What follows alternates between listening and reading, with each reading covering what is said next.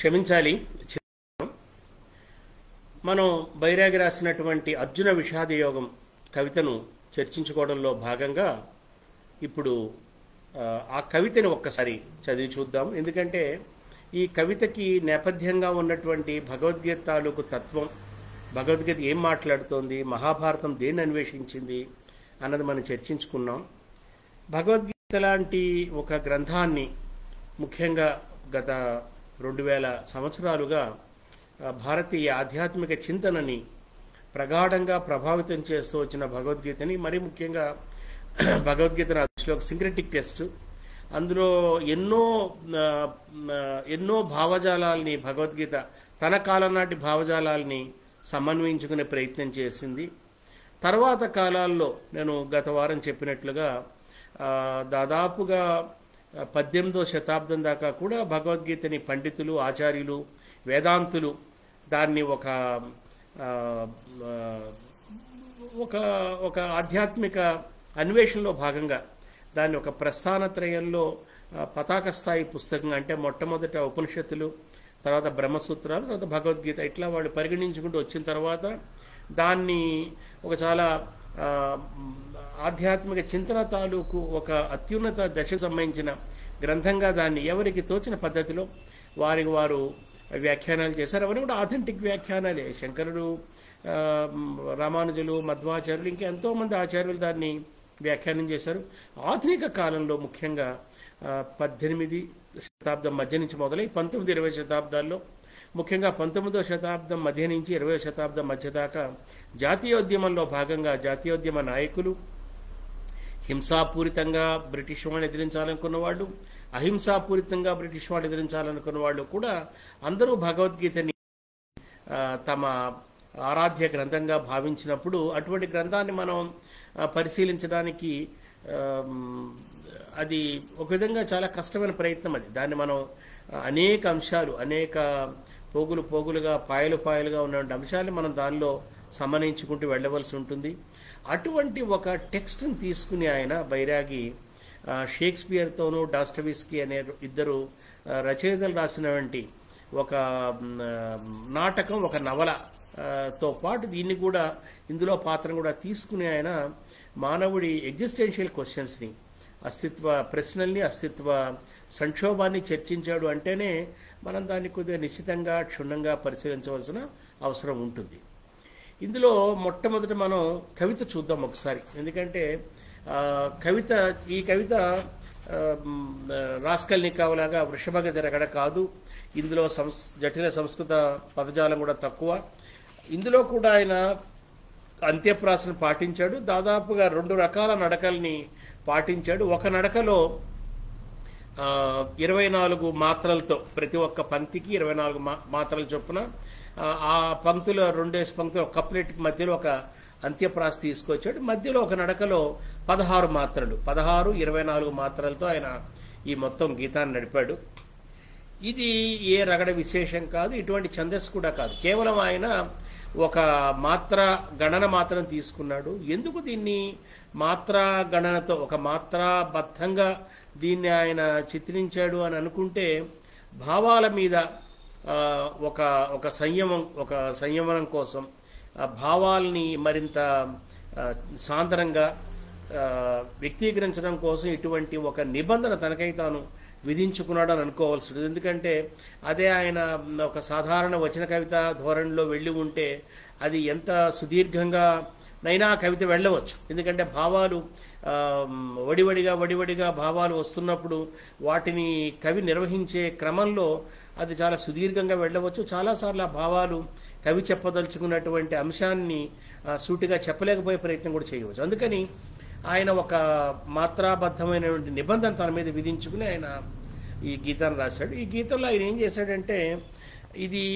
ఈ గీతం ఎప్పుడు ఇది శ్రీకృష్ణ అర్జున సంవాదం. భగవద్గీత ఎలా అయితే అర్జునుడు కృష్ణుడు మాట్లాడుకున్నటువంటి సంవాదం, ఇది కూడా అదే విధంగా శ్రీకృష్ణ సంవాదమే. ఇది ఎప్పుడు ఈ సంవాదాన్ని ఆయన భగవద్గీతలో ఆయన ఏ స్థలంలో, ఏ ప్రాంతంలో ఆయన దీన్ని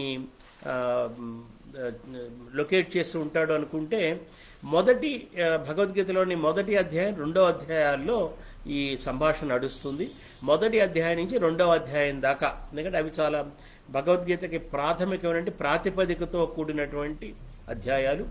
చాలామంది భగవద్గీత లేదా భారతం యొక్క చారిత్రక కాలాన్ని అనేక రకాలైనటువంటి పరీక్షకు గురి చేసిన పండితులు కూడా, లేదా భగవద్గీత ప్రక్షిప్తం అనేవాళ్ళు కూడా దాదాపుగా చాలామంది మొదటి 6 అధ్యాయాల్లో మొదటి 6 అధ్యాయాలు మూలం వరకు వాటిని మనం అంగీకరించడం చాలామంది అన్నారు. వాటిలో కూడా మొదటి సంభాషణ అయితే ఉంటుంది. అర్జునుడైన ఆయన యుద్ధరంగం దగ్గరికి వెళ్ళినప్పుడు తీరా యుద్ధరంగం మధ్యలో నిలబడి నేను యుద్ధం చేయలేదని చెప్పడం, నాకు నా చేతులు వణుకుతున్నాయి, నా ధనుస్సు వాలిపోతూ ఉందని చెప్పడం, అప్పుడు కృష్ణుడు ఆయనకి తను చెప్పాలనుకుంటే కర్తవ్య బోధ చేయటం అనేది అయితే కథలో భాగంగా నడిచేది. కాబట్టి ఆ మొదటి 2 అధ్యాయాల్లో భాగంగానే ఆయన ఈ గీతాన్ని చెప్పాడు. దానిలో ఆయన ఏం చేశాడంటే 3 శ్లోకాలని ఆయన మొదటి వాక్యం మాత్రమే ఉదాహరించాడు. మొట్టమొదటి శ్లోకం ధర్మక్షేత్రే కురుక్షేత్రే అని చెప్పి వదిలేశాడు ఆయన. అంటే ధర్మక్షేత్రే కురుక్షేత్రే అనే శ్లోకం తాలూకు మొత్తం ఆ నేపథ్యం అంతా కూడా మన మనసులో ఉంటుందని మళ్ళా దాన్ని ఆయన తిరిగి వివరించలేదు. ఈ ధర్మక్షేత్రే కురుక్షేత్రే అన్నటువంటిది యథార్థానికి కృష్ణుడి సంభాషణ కాదు, లేదా అర్జునుడి సంభాషణ కాదు. ఇది భగవద్గీత మొదలుపెట్టే క్రమంలో సంజయుణ్ణి ధృతరాష్ట్రుడు అడిగినటువంటి మొదటి ప్రశ్న అన్నమాట. ఆయన ఏమన్నాడంటే ధర్మక్షేత్రే కురుక్షేత్రే సమవేత యుయుత్సవ మామకాహ పాండవాశ్చైవ కిం అకుర్వత సంజయ. ధృతరాష్ట్రుడు అన్నాడు, ఓ సంజయ, యుద్ధ సన్నద్ధులై ధర్మక్షేత్రమైన కురుక్షేత్రంలో చేరిన నా కుమారులు పాండుపుత్రులు ఏమి చేశారు? ఇది మొదటి ప్రశ్న. ఇది కీలకమైనటువంటి, ఇది ఒక ప్రారంభ వాక్యం. ఏదైనా ఒక భగవద్గీతను మనం ఒక ప్రత్యేకమైన కావ్యంగా లేదా ప్రత్యేకమైనటువంటి ఒక స్టాండ్ అలోన్ టెక్స్ట్గా మనం దీన్ని భావించినట్లయితే ఏ టెక్స్ట్కైనా సరే మొదటి వాక్యం చాలా చాలా కీలకమైన వాక్యం అవుతుంది. ఎందుకంటే ధృతరాష్ట్రుడి మనసులో ఉన్నటువంటి, చాలామంది చెప్పేది ఏమంటే, చాలామంది భారత వ్యాఖ్యాతులు ఏం చెప్పారంటే కురుక్షేత్రం అనేది ఎక్కడో జరగలేదు, అది ధృతరాష్ట్రుడి అంతరంగంలోనే జరిగింది అని చెప్పారు.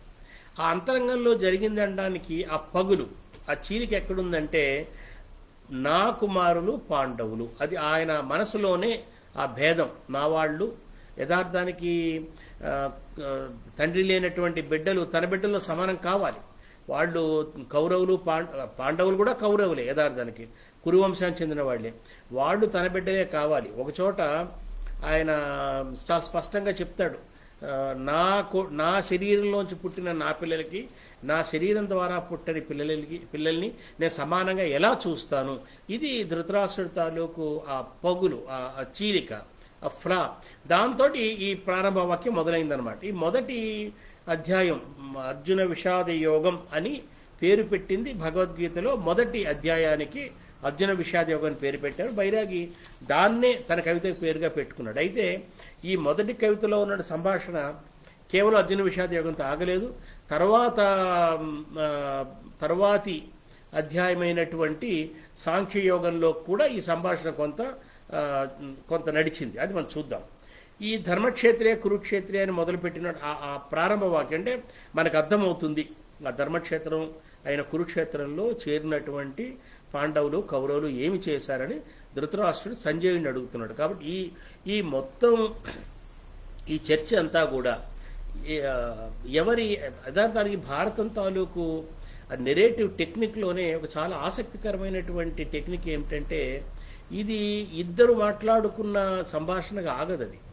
ఆ ఇద్దరు మాట్లాడుకున్న సంభాషణ మరొక ఇద్దరు మాట్లాడుకుంటారు, మరొక ఇద్దరు మాట్లాడుకున్న సంభాషణని మరొక ఇద్దరు మాట్లాడుకుంటారు. ఈ సంజయుడు కృష్ణుడు అర్జునుడే ఇద్దరు మాట్లాడుకున్న ఈ సంభాషణని సంజయుడు ధృతరాష్ట్రుడు అనే వాళ్ళిద్దరు మాట్లాడుకున్నారని, జనమేజయుడు వైశంపాయనుడు అనే ఇద్దరు మాట్లాడుకున్నారని, రోమహర్షణుడు ఉగ్రశ్రవుడు అనే వాళ్ళిద్దరూ మాట్లాడుకుంటూ ఉంటారు. ఇది ఈ చర్చలు ఇది ఒకళ్ళతో ఆగేది కాదు. ఇది ఒక ఇద్దరు మాట్లాడుకున్నారు అంటే ఆ మాటలు మనుషుల నుంచి మనుషులకి, ప్రాంతాల నుంచి ప్రాంతాలకి, అవస్థల నుంచి అవస్థలకి, కాలం నుంచి కాలానికి కొనసాగుతూనే ఉంటాయన్నమాట. ఆ కొనసాగుతూ ఉండడంలో ఆ మాటలు కేవలం ఆ మాటలుగా మాత్రమే ఆగిపోవు. అవి వింటున్నటువంటి వాళ్ళ హృదయాల్లో కూడా అవి కొంత సంచలనాన్ని కలిగిస్తాయి. ఇక్కడ ఈ కృష్ణుడు అర్జునుడు అనే వాళ్ళిద్దరు మాట్లాడుకున్న మాటలు యథార్థానికి వాళ్ళు రథి సారథి, రథంలో ఉండి యుద్ధం చేసేవాడు, రథాన్ని నడిపేవాడు. రథి పూర్వకాలం ఏమిటంటే ఒక ఆలోచన ఏమిటంటే వేదకాలం నాటికి మహాభారత కాలం నాటికి ఆశ్విక్కులు అనేవాళ్ళు తక్కువ, అంటే గుర్రాల మీద వ్యక్తులుగా స్వారీ చేసేటువంటి కౌశల్యం ఇంకా తక్కువగా ఉంది, రథాల మీద మాత్రమే ప్రయాణించేవారనేది ఒక ఆలోచన. రథం మీద ఉండి యుద్ధం చేయటం అనేది చాలా అదొక విరోచితమైనటువంటి పనిగా వాళ్ళు భావించేవారు. కింద ఉండి యుద్ధం చేయకూడదు అనేది ఒక రథి తాలూకు నియమం, రథులకందరికీ వర్తించే నియమం అన్నమాట. కాబట్టి ఒక రథి సారథి జీవన సంగ్రామంలో నిలబడ్డ రథి సారథి మాట్లాడుకున్న మాటల్ని ఆ యుద్ధానికి దూరంగా ఉండి తమ రాజభవనంలో ఉన్నటువంటి రాజు, వృద్ధుడైన రాజు, ఆ అంధుడైన రాజుకి ఈ కథ అంతా వివరించే ఒక సంజయుడు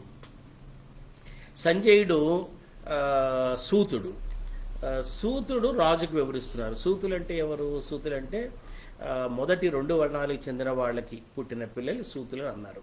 వాళ్ళు రాజ సమానులే కానీ, అంటే రాజ కుటుంబ క్షత్రియ సమానులే కానీ క్షత్రియులు కారు, వాళ్ళకి రాజ్యాధికారం లేదు. అసలు భారత కథ అంతా కూడా ఈ సూతులు చెప్పుకున్న కథ, ఒక సౌతి కథ. అది సౌతులు ఈ భారతాన్ని చెప్పుకోవడంలో ఉన్న చాలా అంతరార్థాలు ఉన్నాయి. రాజ్యాధికారానికి రాజ రక్తం తమలో ప్రవహిస్తున్నప్పటికీ రాజ్యాధికారానికి యోగ్యులు కానటువంటి వాళ్ళు మాట్లాడుకున్న మాటలేవి. కృష్ణుడు కూడా అదేవిధంగా చెప్పవచ్చు. ఆయన కూడా రాజ రక్తం అతనిలో ప్రవహిస్తున్న క్షత్రియుడు అయినప్పటికీ కూడా అతను రాజ్యాధికారాన్ని స్వీకరించిన వాడు. భీష్ముడు స్వయంగా రాజు అయినప్పటికీ, క్షత్రియుడైనప్పటికీ ఆయన రాజ్యాధికారాన్ని రాజ్యాధికార బాధ్యత నిర్వహించిన వాడే తప్ప రాజ్యంలో పట్టాభిషిక్తుడు కానివాడు. ద్రోణుడు స్వయంగా బ్రాహ్మణుడై ఒక రాజుతో కలిసి యుద్ధ విద్య, అస్త్ర విద్య, శస్త్ర విద్య నేర్చుకున్నప్పటికీ తాను క్షత్రియ సమానుడు కానందువల్ల అవమానానికి గురైన వాడు. కాబట్టి ఈ మాట్లాడుకుంటున్న మాటలు, ఈ మాట్లాడుకుంటున్న వాళ్ళు, చెప్పుకుంటున్న వాళ్ళు, చెప్తున్న వాళ్ళు, ఇందులో కీలకమైన పాత్రధారులు 2 రకాలు. ఒకళ్ళు రాజ్యం నడుపుతున్న వాళ్ళు, రాజ్యాధికార యోగ్యత కలిగిన వాళ్ళు, ఆ రాజ్యాధికారం కోసం పోరాడుకుంటున్న వాళ్ళు. రెండో వాళ్ళు రాజ్యాధికార యోగ్యత కలిగి కూడా రాజరక్తం తమలో ప్రవహిస్తూ కూడా రాజ్యాధికార యోగ్యత పొందని వాళ్ళు. ఇదే మొత్తం ఈ భారతంలో ఉన్నటువంటి సమస్య అంతా కూడా. ఈ సమస్యలో భాగంగా ఆయన ఈ శ్లోకాన్ని, ఈ కవితను మొదలు పెడుతూ సంజయుడు ధృతరాష్ట్రుడు సంజయుడు అడిగితే చెప్పిన నేపథ్యాన్ని మనకు గుర్తు చేస్తూ వెంటనే నేరుగా అర్జునుడి తాలూకు మాటల్లోకి వెళ్తున్నాడు. ఈ అష్టాదశాక్షౌహిణుల వర చతురంగ బలం నిలబడింది బలి వేదిక వద్ద యజ్ఞ పశువుల్లా, ప్రళయ ప్రభంజన పూర్వపు వారిధిలా వినిశ్చిలం మహాజనం. ఇదొక భ్రాంతిజనక శాంతి, వీరల్లా నిమిషంలో పొందుతారు రణభేరుల ఉద్దీపన. త్వరాధీర తురంగాలు సహించవిక కాలయాపన. త్వరాధీర తురంగాలు అంటే ఇంకా చాలా తొందరగా ఉన్నటువంటి గుర్రాలు. త్వర అధీర. ఒక చేతిని పాంచజన్యం, ఒక చేతిని గాంధీవం. నా హృదయంలానే అతి చల ద్వికల కపిధ్వజం. నా చేతిలో ఒక చేతిలో పాంచజన్యం ఉంది, ఒక చేతిలో గాంధీవం ఉంది. నా హృదయం లాగానే పైన కపిధ్వజం కూడా రెపరెపలాడుతూ ఊగిపోతూ ఉంది. అదురుతోంది ఎడమ భుజం. సర్వం సంసిద్ధం భీకర సంగమ రంగంలో. కానీ వికట పటహ ఘోష మార్బ్రోగే నా హృదంతరంగంలో. ఓ కృష్ణ, ఏదో ఒక చెప్పరాని ఆవేదన, ఒక సకరుణ మసృణ గీతి. చాలా చక్కటి మాట. సకరుణ దయతో కూడినటువంటి, కరుణతో కూడినటువంటి, మసృణ అంటే కోమలమైనటువంటి, తామరతోడులాగా కోమలమైనటువంటి గీతిట. ఒక సకరుణ మసృణ గీతి, నూతన తత్వాపాదన. ఆ సకరుణ మసృణ గీతి హృదయంలో కలుగుతున్న గీత వల్ల ఏం జరగబోతోందంటే ఒక నూతన తత్వాపాదన, ఒక కొత్త తత్వం ఏదో తనకి దక్కబోతోంది. ప్రస్వేదం స్రవిస్తోంది, నవఖేదం దహిస్తోంది. రణరంగంలో ఎప్పుడు ఎరుగని నిర్వేదం ఆవహిస్తోంది. శిథిల సింజినీ సదృశం కథనోత్సాహపు విపంచి పలుకదేమి. నా కనుల నుంచి నేడు రోష రక్తం రోచులు చిందదేమి. కొండలనే పిడిగొట్టి పిడుగుల పనచేతబట్టి అరిసేనల చెండినట్టి ఇవి నా భుజదండాలా. ఎటువంటివి కొండల్ని పిండి కొట్టి పిడుగుల్ని అరచేత పట్టుకున్నటువంటి అరిసేనల్ని చెండినటువంటి ఆ భుజదండాలేనా ఇవి?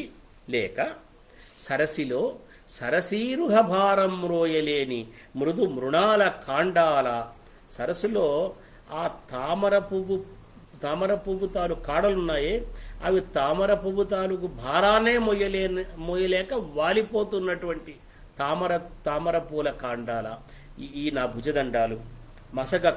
మసగ కమ్ముతోంది కనుల ముందు మిగుల రోమాంచం, ఆడుతోంది నా ముందే ప్రళయం విప్పిన పించం. నే యుద్ధం చేయలేను మాధవా రథం మరల్చు, ఈ మిత్తవ నేల నుంచి వేగం వెనుకకు తరల్చు. ఇది ప్రాతిపదిక, మనకు తెలిసిన మాటలే ఆయన మళ్ళా చెప్పాడు. ఇందులో ఆయన ఈ 2-3 పోలికలు, మొదటిది ఏమిటంటే ఒక సకరుణ మసృణ గీతి నూతన తత్వాపాదన, అట్లానే రెండవది సరసిలో సరసీరుహ భారం మోయలేని మృదు మృణాల కాండాల. ఇవి గీతలో ఉన్నటువంటి వాక్యాలు కావు, ఇవి బైరాగి తాలూకు వాక్యాలు. అయితే మొదట ఆయన ప్రాతిపదిక, సంభాషణ తాలూకు ప్రాతిపదిక దీన్ని తీసుకున్నాడు. అప్పుడు ఆయన క్లైబ్యం ఆస్మగమ పార్థ ఇత్యాది అన్నాడు. అక్కడ శ్లోకాలు, ఆ శ్లోకాలు ఎక్కడున్నాయి? అవి మొదటి అధ్యాయంలోనే అర్జున విషాద యోగంలోనే కృష్ణుడు చెప్పినటువంటి శ్లోకాలు అన్నమాట. ఆయన ఏమన్నాడు, కృష్ణుడు ఏమన్నాడంటే, ఇది మొదటి అధ్యాయం అయిపోయిన తర్వాత రెండో అధ్యాయం మొదలైంది. సాంఖ్యయోగం మొదలైన తర్వాత మొదటి అధ్యాయం అంతా కూడా ఈ మొదటి ప్రస్తావనలోనే ఆయన మొదటి అధ్యాయం అంతా కూడా ఆయన చెప్పేసినట్టు అయింది. ఇప్పుడు సంభాషణ అర్జునుడి తాలూకు విహ్వలత ప్రకటించిన తర్వాత కృష్ణుడు ఏమన్నాడంటే, క్లైబ్యం మాస్మ గమ పార్థ నైతత్వై ఉపపద్యతే క్షుద్రం హృదయ దౌర్బల్యం త్యక్తోత్తిష్ట పరంతప. అర్జున, ఇట్లాంటి క్లైబ్యం అంటే యథార్థానికి ఇంపార్టెన్స్ అనమాట. ఇట్లాంటి ఒక పిరికితనానికి, ఒక ఇంపార్టెంట్ ఫీలింగ్కి ఎందుకు నువ్వు లోనవుతున్నావు? ఇది నీకు ఉచితం కాదు. పరంతప, శత్రువులు దహించేవాడా, ఆ మాట ఆ సందర్భంలో వాడవలసిన మాట పరంతప, నువ్వు ఈ హృదయ దౌర్బల్యాన్ని వీడి యుద్ధానికి సిద్ధమవ్వని చెప్పాడు. ఆ మాట చెప్పాడు. ఇంకా అక్కడి నుంచి మళ్ళీ అర్జునుడు మాట్లాడుతున్నాడు. ఇత్యాది అంటే మొత్తం శ్లోకాలన్నీ, అతను కృష్ణుడు చాలా మాటలు చెప్పాడు. చెప్పిన తర్వాత వెంటనే అర్జునుడి తాలూకు అర్జున ఉవాచ కింద అర్జునుడు మాట్లాడుతున్నాడు. ఈ చెప్తున్న మాటలు, ఈ అర్జున ఉవాచన మొదలైంది సాంఖ్యయోగంలో దాదాపుగా 4వ శ్లోకంలో మొదలైంది. కొన్ని శ్లోకాల దాకా, దాదాపుగా ఎక్కడి దాకా అంటే ఒక 6 శ్లోకాల దాకా, 5-6 శ్లోకాల దాకా నడిచింది. దాన్ని ఈయన బైరాగి తన వాక్యాలుగా ఆయన దాన్ని విస్తరిస్తున్నాడు.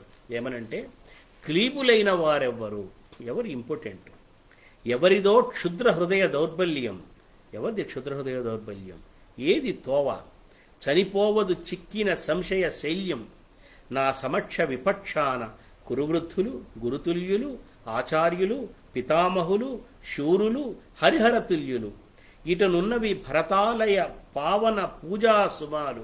ఆ మనుషులందరూ కూడా అటు ఇటు ఉన్నటువంటి కౌరవ పాండవ సేనల్లో ఉన్నటువంటి వాళ్ళందరూ కూడా వాళ్ళు ఏమన్నాడంటే, భరత వంశం అనే లేదా భారతదేశం అనే లేదా భరత రంగం అనే ఒక ఆలయంలో అర్చన కోసం తీసుకువచ్చిన పూజా సుమారులాగా ఉన్నట్టు వాళ్ళందరూ. ఏ నెత్తుటి గురుతులపై ఈ రథచక్రాల జాలు, ఆ పూల మించి రథచక్రాలు, మన రథచక్రాలు పోవటం అంటే నెత్తుటి గురుతులు తప్ప ఈ భరతాలయ పూజా సుమాలు నెత్తుటి గురుతులుగా మార్చడం మరేమీ కాదు. ఈ ఆవహమందు ఆహుతి భారత వీర్యపు సారం. ఆహవం అంటే యుద్ధం. ఈ ఆహవంలో యుద్ధంలో భారత వీర్యం తాలూకు సారమంతా కూడా ఆహుతి కాబోతోంది. వెలలేనిది తులలేనిది మాతృహృదయ మణిహారం. వెంటనే ఏం చెప్తున్నాడు, తల్లులు గుర్తొచ్చారు. వెలలేనిది తులలేనిది మాతృహృదయ మణిహారం. ఈ ఆహవ హోమంలో నయనీతులు నిగ్గు తగ్గి, స్నేహం ధర్మం సఖ్యం అన్నీ అవుతాయి బుగ్గి. యథార్థానికి ఆ అర్జునుడు మాట్లాడిన మాటల్లో ఆయన యుద్ధం మొట్టమొదట వీళ్ళంతా నా బంధువులు, నేను చంపలేని చెప్తూ, తర్వాత ఆయన యుద్ధం వల్ల సంభవించేటటువంటి దుష్పరిణామాలుగా ఆయన చెప్పినవి ఏమిటంటే, యుద్ధం జరిగినందువల్ల మనుషులు మరణిస్తారు, కులక్షయం అవుతుంది, జాతి క్షయం అవుతుంది. ఈ క్షయం వల్ల ఏమవుతుందంటే వర్ణ సాంకర్యం ఏర్పడుతుంది, ధర్మాలు నశిస్తాయి, కుల ధర్మాలు జాతి ధర్మాలు నిలబడడం కష్టం, ఇవన్నీ చెప్తాడు. యథార్థానికి అర్జునుడి తాలూకు సమస్య ఏంటంటే యుద్ధం చంపడం ఒక సమస్య అయితే, యుద్ధం వల్ల ఇటువంటి విపత్తును ఆయన ప్రధానంగా దేనిగా చూశాడు అంటే వర్ణ సాంకర్యం, వర్ణాశ్రమ ధర్మాశ్రమం, లేదా ఆ ధర్మక్షయమైనందువల్ల సంభవించేటువంటి స్త్రీలకి పిల్లలకి సంభవించే అసలు అన్నిటికన్నా ముందు ఏమిటంటే వీళ్ళ జీవితాలు ఏం కాబోతాయి, రేపు భవిష్యత్తు ఏం కాబోతోంది, ముఖ్యంగా సాంకర్యం తాలూకు సమస్యగా ఆయన దీన్ని చూశాడనమాట. అయితే బైరాగి ఏం చేశాడు, దానంతటిని కూడా ఆయన తిరిగి పునరుక్తి చేయలే. దానంతటిని ఏం చేశాడంటే ఆయన ఒకే ఒక్క వాక్యంలో చెప్పాడు. ఈ ఆహవ హోమంలో, ముందు చెప్పాను కదా శస్త్రయజ్ఞం అన్నాం కదా, ఈ యుద్ధం అనేటువంటి హోమంలో నయ నీతులు నిగ్గు తగ్గి, నయము నీతి రెండు కూడా నిగ్గు తగ్గి, స్నేహం ధర్మం సఖ్యం అన్నీ అవుతాయి బుగ్గి. చూసారా, ఒక కవి ఎప్పుడైనా ఒక కావ్యాన్ని తీసుకుని తిరిగి మళ్ళా ఒక పోయం రాస్తున్నప్పుడు దాన్ని తన కాలానికి తగ్గట్టుగా రీఇంటర్ప్రిట్ చేయగలగాలి. చేసినప్పుడు ఆ కావ్యానికి విలువ సిద్ధిస్తుంది. తిరిగి మళ్ళా ఆయన జాతి క్షయం, కులక్షయం, వర్ణాశ్రమ ధర్మాల క్షయం, సాంకర్యం, వర్ణ సాంకర్యం ఇట్లాంటి మాటలు మాట్లాడితే అది 20వ శతాబ్దం కావ్యంగా మారదు. అది 2000 సంవత్సరాల కింద మాట్లాడుకోవాల్సినటువంటి భాషాజాలమే అవుతుంది. ఆయన ఏం చేస్తే మొత్తాన్ని ఆయన 3 పదాల్లో తీసుకొచ్చాడు. ఆయన స్నేహం ధర్మం సఖ్యం, చాలా స్థూలమైన పదాలు, చాలా బ్రాడ్ వర్డ్స్, కానీ చాలా స్పెసిఫిక్ ప్రిసైజ్ వర్డ్స్ కూడా. స్నేహం అంటే అర్థమవుతోంది, ధర్మం అంటే మామూలుగా అర్థం కాదు, కానీ ఇక్కడ ధర్మం అంటే అర్థమవుతోంది. సఖ్యం, స్నేహం ధర్మం సఖ్యం. స్నేహం సఖ్యం పర్యాయ పదాలే కదా అనవచ్చు, కాదు, తేడా ఉంది. స్నేహం అంటే ఏ ఇద్దరు మనుషుల మధ్యనైనా, లేదా ఒక కుటుంబం మధ్యనైనా, 10 మంది మధ్య కూడా స్నేహం ఉండవచ్చు. సఖ్యం అంటే ఇద్దరు మనుషుల మధ్య ఉండే ఒక ఇంటిమేట్ ఫ్రెండ్షిప్. కృష్ణుడికి అర్జునుడి మధ్య ఉండే దాన్ని సఖ్యభక్తి అంటారు. సఖ్యం అనే దానిలో ఇంటిమసీ ఉంటుంది, స్నేహం అనే దానిలో ఇంటిమసీ కంపల్సరీగా ఉండాలని లేదు. స్నేహం ధర్మం సఖ్యం అన్నీ అవుతాయి బుగ్గి, నిన్నటి వరకు తలలో నాలుకగా మెలిగిన వారు త్రుటిలో నేడెలా గర్భశత్రువులవుతారు వారు. జీవిత హరితోపవనంలో దవాగ్నులు రగిల్చి ఏం చేస్తాం కడకు మనం పాడు వల్లకాడు గెల్చి. మన భస్మాసుర బుద్ధులు తలపెట్టిన కటిక కీడు మూడుతుంది మనకే, మన చేనే అవుతుంది బీడు. కృష్ణ, చేసిన వారికి చేసినంత మన నాటిన ముళ్ళ పొదలు రేపటి పధికుల పదాలు చేయగలవు బదాబదలు. ఈరోజు మనం చేస్తున్నది యుద్ధం అనేది యథార్థానికి ముళ్ళ పొదలు నాటడం. ఇది ఏ యుద్ధం తాలూకు చరిత్ర, ఏ 2 కుటుంబాల మధ్య, ఏ 2 జాతుల మధ్య, ఏ 2 దేశాల మధ్య జరిగిన యుద్ధానికైనా అది వర్తిస్తుంది. యుద్ధం అంటేనే ముళ్ళ పొదలు నాటడం అన్నమాట. మన రేపిన పాదధూళి, మన రేపిన పాపధూళి మలినపరుస్తుంది ఎవరినో తప్పక. ఆ యుద్ధరంగంలో మనం రేపుతున్న దుమ్ము ఉంది, అది పాప ధూళి అన్నాడు. ఆ ధూళి ఇక్కడితో ఆగిపోదు, అది రేపెవరినో మలినపరుస్తుంది. హిరోషిమాలో నాగసాకిలో చిమ్మినటువంటి అణుధూమం అది అక్కడితో ఆగిపోలేదు, తరతరాల్ని వెంటాడుతూ ఉంటుంది అది. అప్పుడు మన ప్రశ్నకు ప్రత్యుత్తరం ఎవడో చెప్పదు తప్పక. ఈరోజు మనం ప్రశ్న వేస్తున్నాం, ఎవరన్నా సమాధానం చెప్పకపోవచ్చు, కానీ ఈ ప్రశ్న మాత్రం మిగులుతుంది. దీని ప్రత్యుత్తరం చెప్పవలసిన బాధ్యత ఎవడో ఒకటి మీదనే పడుతుంది, తరతరాలుగా ఆ బాధ్యత పడుతుంది. మన రేపిన పాదధూళి మలినపరుస్తుంది ఎవరినో తప్పక, మన ప్రశ్నకు ప్రత్యుత్తరం ఎవడో తప్పదు చెప్పక. అప్పుడు మన కర్మ ఫలపు మృతజాత ధనుజ శిశువును. చాలా అద్భుతమైన పదం. మన కర్మ ఫలితంగా పుట్టిన ఈ శిశువు ఉందే, ఇది ధనుజ శిశువు అంట, మానవ శిశువు కాదు, దేవతా శిశువు కాదు, ధనుజ శిశువు. ఆ ధనుజ శిశువు కూడా ఎలా పుట్టింది, పుట్టడమే స్టిల్ బర్త్ అనమాట. మృతజాత పుట్టడమే, చనిపోయి పుట్టిన ధనుజ శిశువు. చనిపోయి పుట్టిన శిశువు అనొచ్చు కదా, అప్పటికే విషాదం ఉంది కదా. ధనుజ ఎందుకు అనాలి, ఎందుకంటే బిడ్డ చనిపోతే, పుట్టిన బిడ్డ చనిపోతే ఆ తల్లి ఏడుస్తుంది, కుటుంబం ఏడుస్తుంది. ధనుజ శిశువు అనుకో, కనీసం శోకించడానికి కూడా ఎవరు సిద్ధంగా ఉండరు. మన కర్మ ఫలపు మృతజాత ధనుజ శిశువును నా దనగలవాడెవ్వడు వెరపొందక ఆ పశువును. అది సమస్య. ఏంటంటే మనం చేసిన కర్మ జీవంతో కూడుకున్న కర్మ కాదు, అది జీవాన్ని ఉత్పత్తి చేసే కర్మ కాదు, అది మృత్యువునే ఉత్పత్తి చేస్తోంది. కానీ చివరికి ఎటువంటి మృత్యు అంటే ఆ మృతజాత శిశువు ధనుజ శిశువు కాబట్టి దాన్ని పశువుగా భావించిన పొద్దున ఎవరూ కూడా దాన్ని తన సొంతమని భావించరు, నాది అనరు. మన కర్మల ఫలం ఒక్క మనం కాదు, చవి చూస్తుంది అఖిల జగతి. మన పద చిహ్నాల్లోనే బహుళ జీవితాల ప్రగతి. శైలగుప్త గహ్వరాల ప్రతిధ్వనులు లోల జలధి లహరుల్లో మన గానపు ప్రేరణల ప్రకంపణాలి గంధవహని విసురుల్లో ఒక యోచన ప్రతిస్వనం వేరొక మానస తటాన. నేను ఒక ఆలోచన చేస్తే దాని ప్రతిస్వనం, దాని ప్రతిధ్వని మరొక మానస తటాన, మరొక మనస్తాలోకు ఒడ్డున, మరొక మనస్తాలోకు గట్టున దాని ప్రతిస్వనం వినబడుతుంది.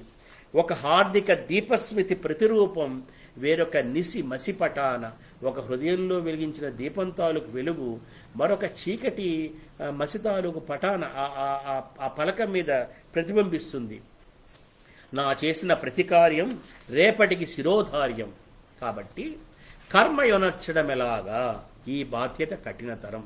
ఇది మొత్తం నుతిలో గొంతుకుల కావ్యం తాలూకు ఆ కీలకమైన వాక్యం ఏమిటంటే మూడిట్లో కూడా హామ్లెట్ స్వాగతంలో కానీ, రాస్కల్నికావులో కానీ, అర్జున విషాద యోగంలో కానీ, అసలు మొత్తం 20వ శతాబ్దం తాలూకు ప్రధానమైన ప్రశ్న ఏమిటంటే కర్మ యొనర్చడం ఎలాగా, ఈ బాధ్యత కఠినతరం.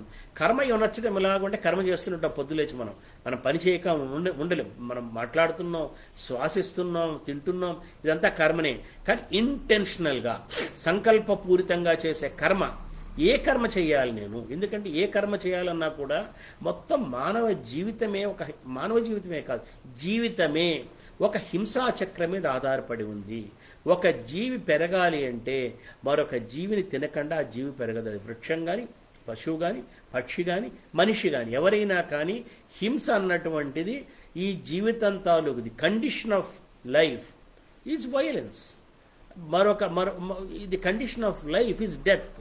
మరొక దాన్ని కృషింపచేయకుండా, మరొక దాన్ని నశింపచేయకుండా, మరొక దాన్ని ఆహారంగా స్వీకరించకుండా జీవితం లేదు. మనం జీవిస్తున్నాం అనుకుంటే అనుక్షణం ఒకరి శ్రమను దోచుకుంటున్నామని చెప్పడం చాలా స్థూలమైన మాట. అసలు ఒకరి జీవితాన్నే మనం శాకాహారులు కానీ, మాంసాహారులు కానీ, అసలు మన జీవితాలు, మన నడుస్తున్న మన సౌకర్యాలు కానీ, ఏవైనా కానీ వీటన్నిటి వెనక కూడా ఇప్పుడు నేను కుర్చీలో కూర్చుని ఈ బల్ల మీద పెట్టి మాట్లాడుతున్నానంటే కనీసం కొన్ని వృక్షాలను నాశనం చేస్తేనే ఇక్కడ నేను కూర్చుని మాట్లాడుతున్నాను. అసలు హింస జాడలేనటువంటి జీవితం లేదు, మానవ కాదు. అటువంటి తెలిసిన తర్వాత ఈ హింసా చక్రం మీదనే మన జీవ సౌధం ఆధారపడదని తెలిసిన తర్వాత మనం పీల్చే ప్రతి ఊపిరిలో, తినేటి ప్రతి ముద్దలో, మనం పీల్చే గాలిలో, ఇప్పుడు జైనులు ముక్కు గుడ్డ కట్టుకున్నారు, నోటి గుడ్డ కట్టు ఎందుకు, చివరికి మనం పీల్చే గాలిలోనూ తాగే నీటిలోనూ కూడా ఎన్నో కొన్ని సూక్ష్మ క్రిములు నశిస్తూనే ఉన్నాయి, మరణిస్తూనే ఉన్నాయి. ఈ హింసా చక్రంలో మనం భాగమని తెలిసిన తర్వాత ఎట్లా బతకగలుగుతాం? అందుకనే అనాది కాలం నుంచి కూడా మానవ ప్రపంచంలో కొద్దిగా ఆలోచనాశీలైన వాళ్ళు కొంతమంది, హృదయం కలిగిన వాళ్ళు కొంతమంది ఈ కర్మ బంధంలో ఎంతకాలం జీవించాలి. అందుకనే నిజమైన ముక్తి అంటే ఏం కోరుకున్నారంటే మరొకసారి నేను పుట్టకూడదు, ఈ కర్మ చక్రంలో నేను భాగస్వామిని కాకూడదు అన్నది భారతదేశమనే కాదు, దాదాపుగా ప్రపంచవ్యాప్తంగా అన్ని చోట్ల మనకు కనబడుతూ ఉంటుంది. ఒక ప్రగాఢమైన ఆకాంక్ష, భగవంతుడా నేను మళ్ళా తిరిగి ఈ హింసా చక్రంలో నేను తినేవాడిగాను లేదా తినబడేవాడిగాను ఏ రూపంలోనూ కూడా నేను హింసాచక్రంలో భాగం కాకూడదు.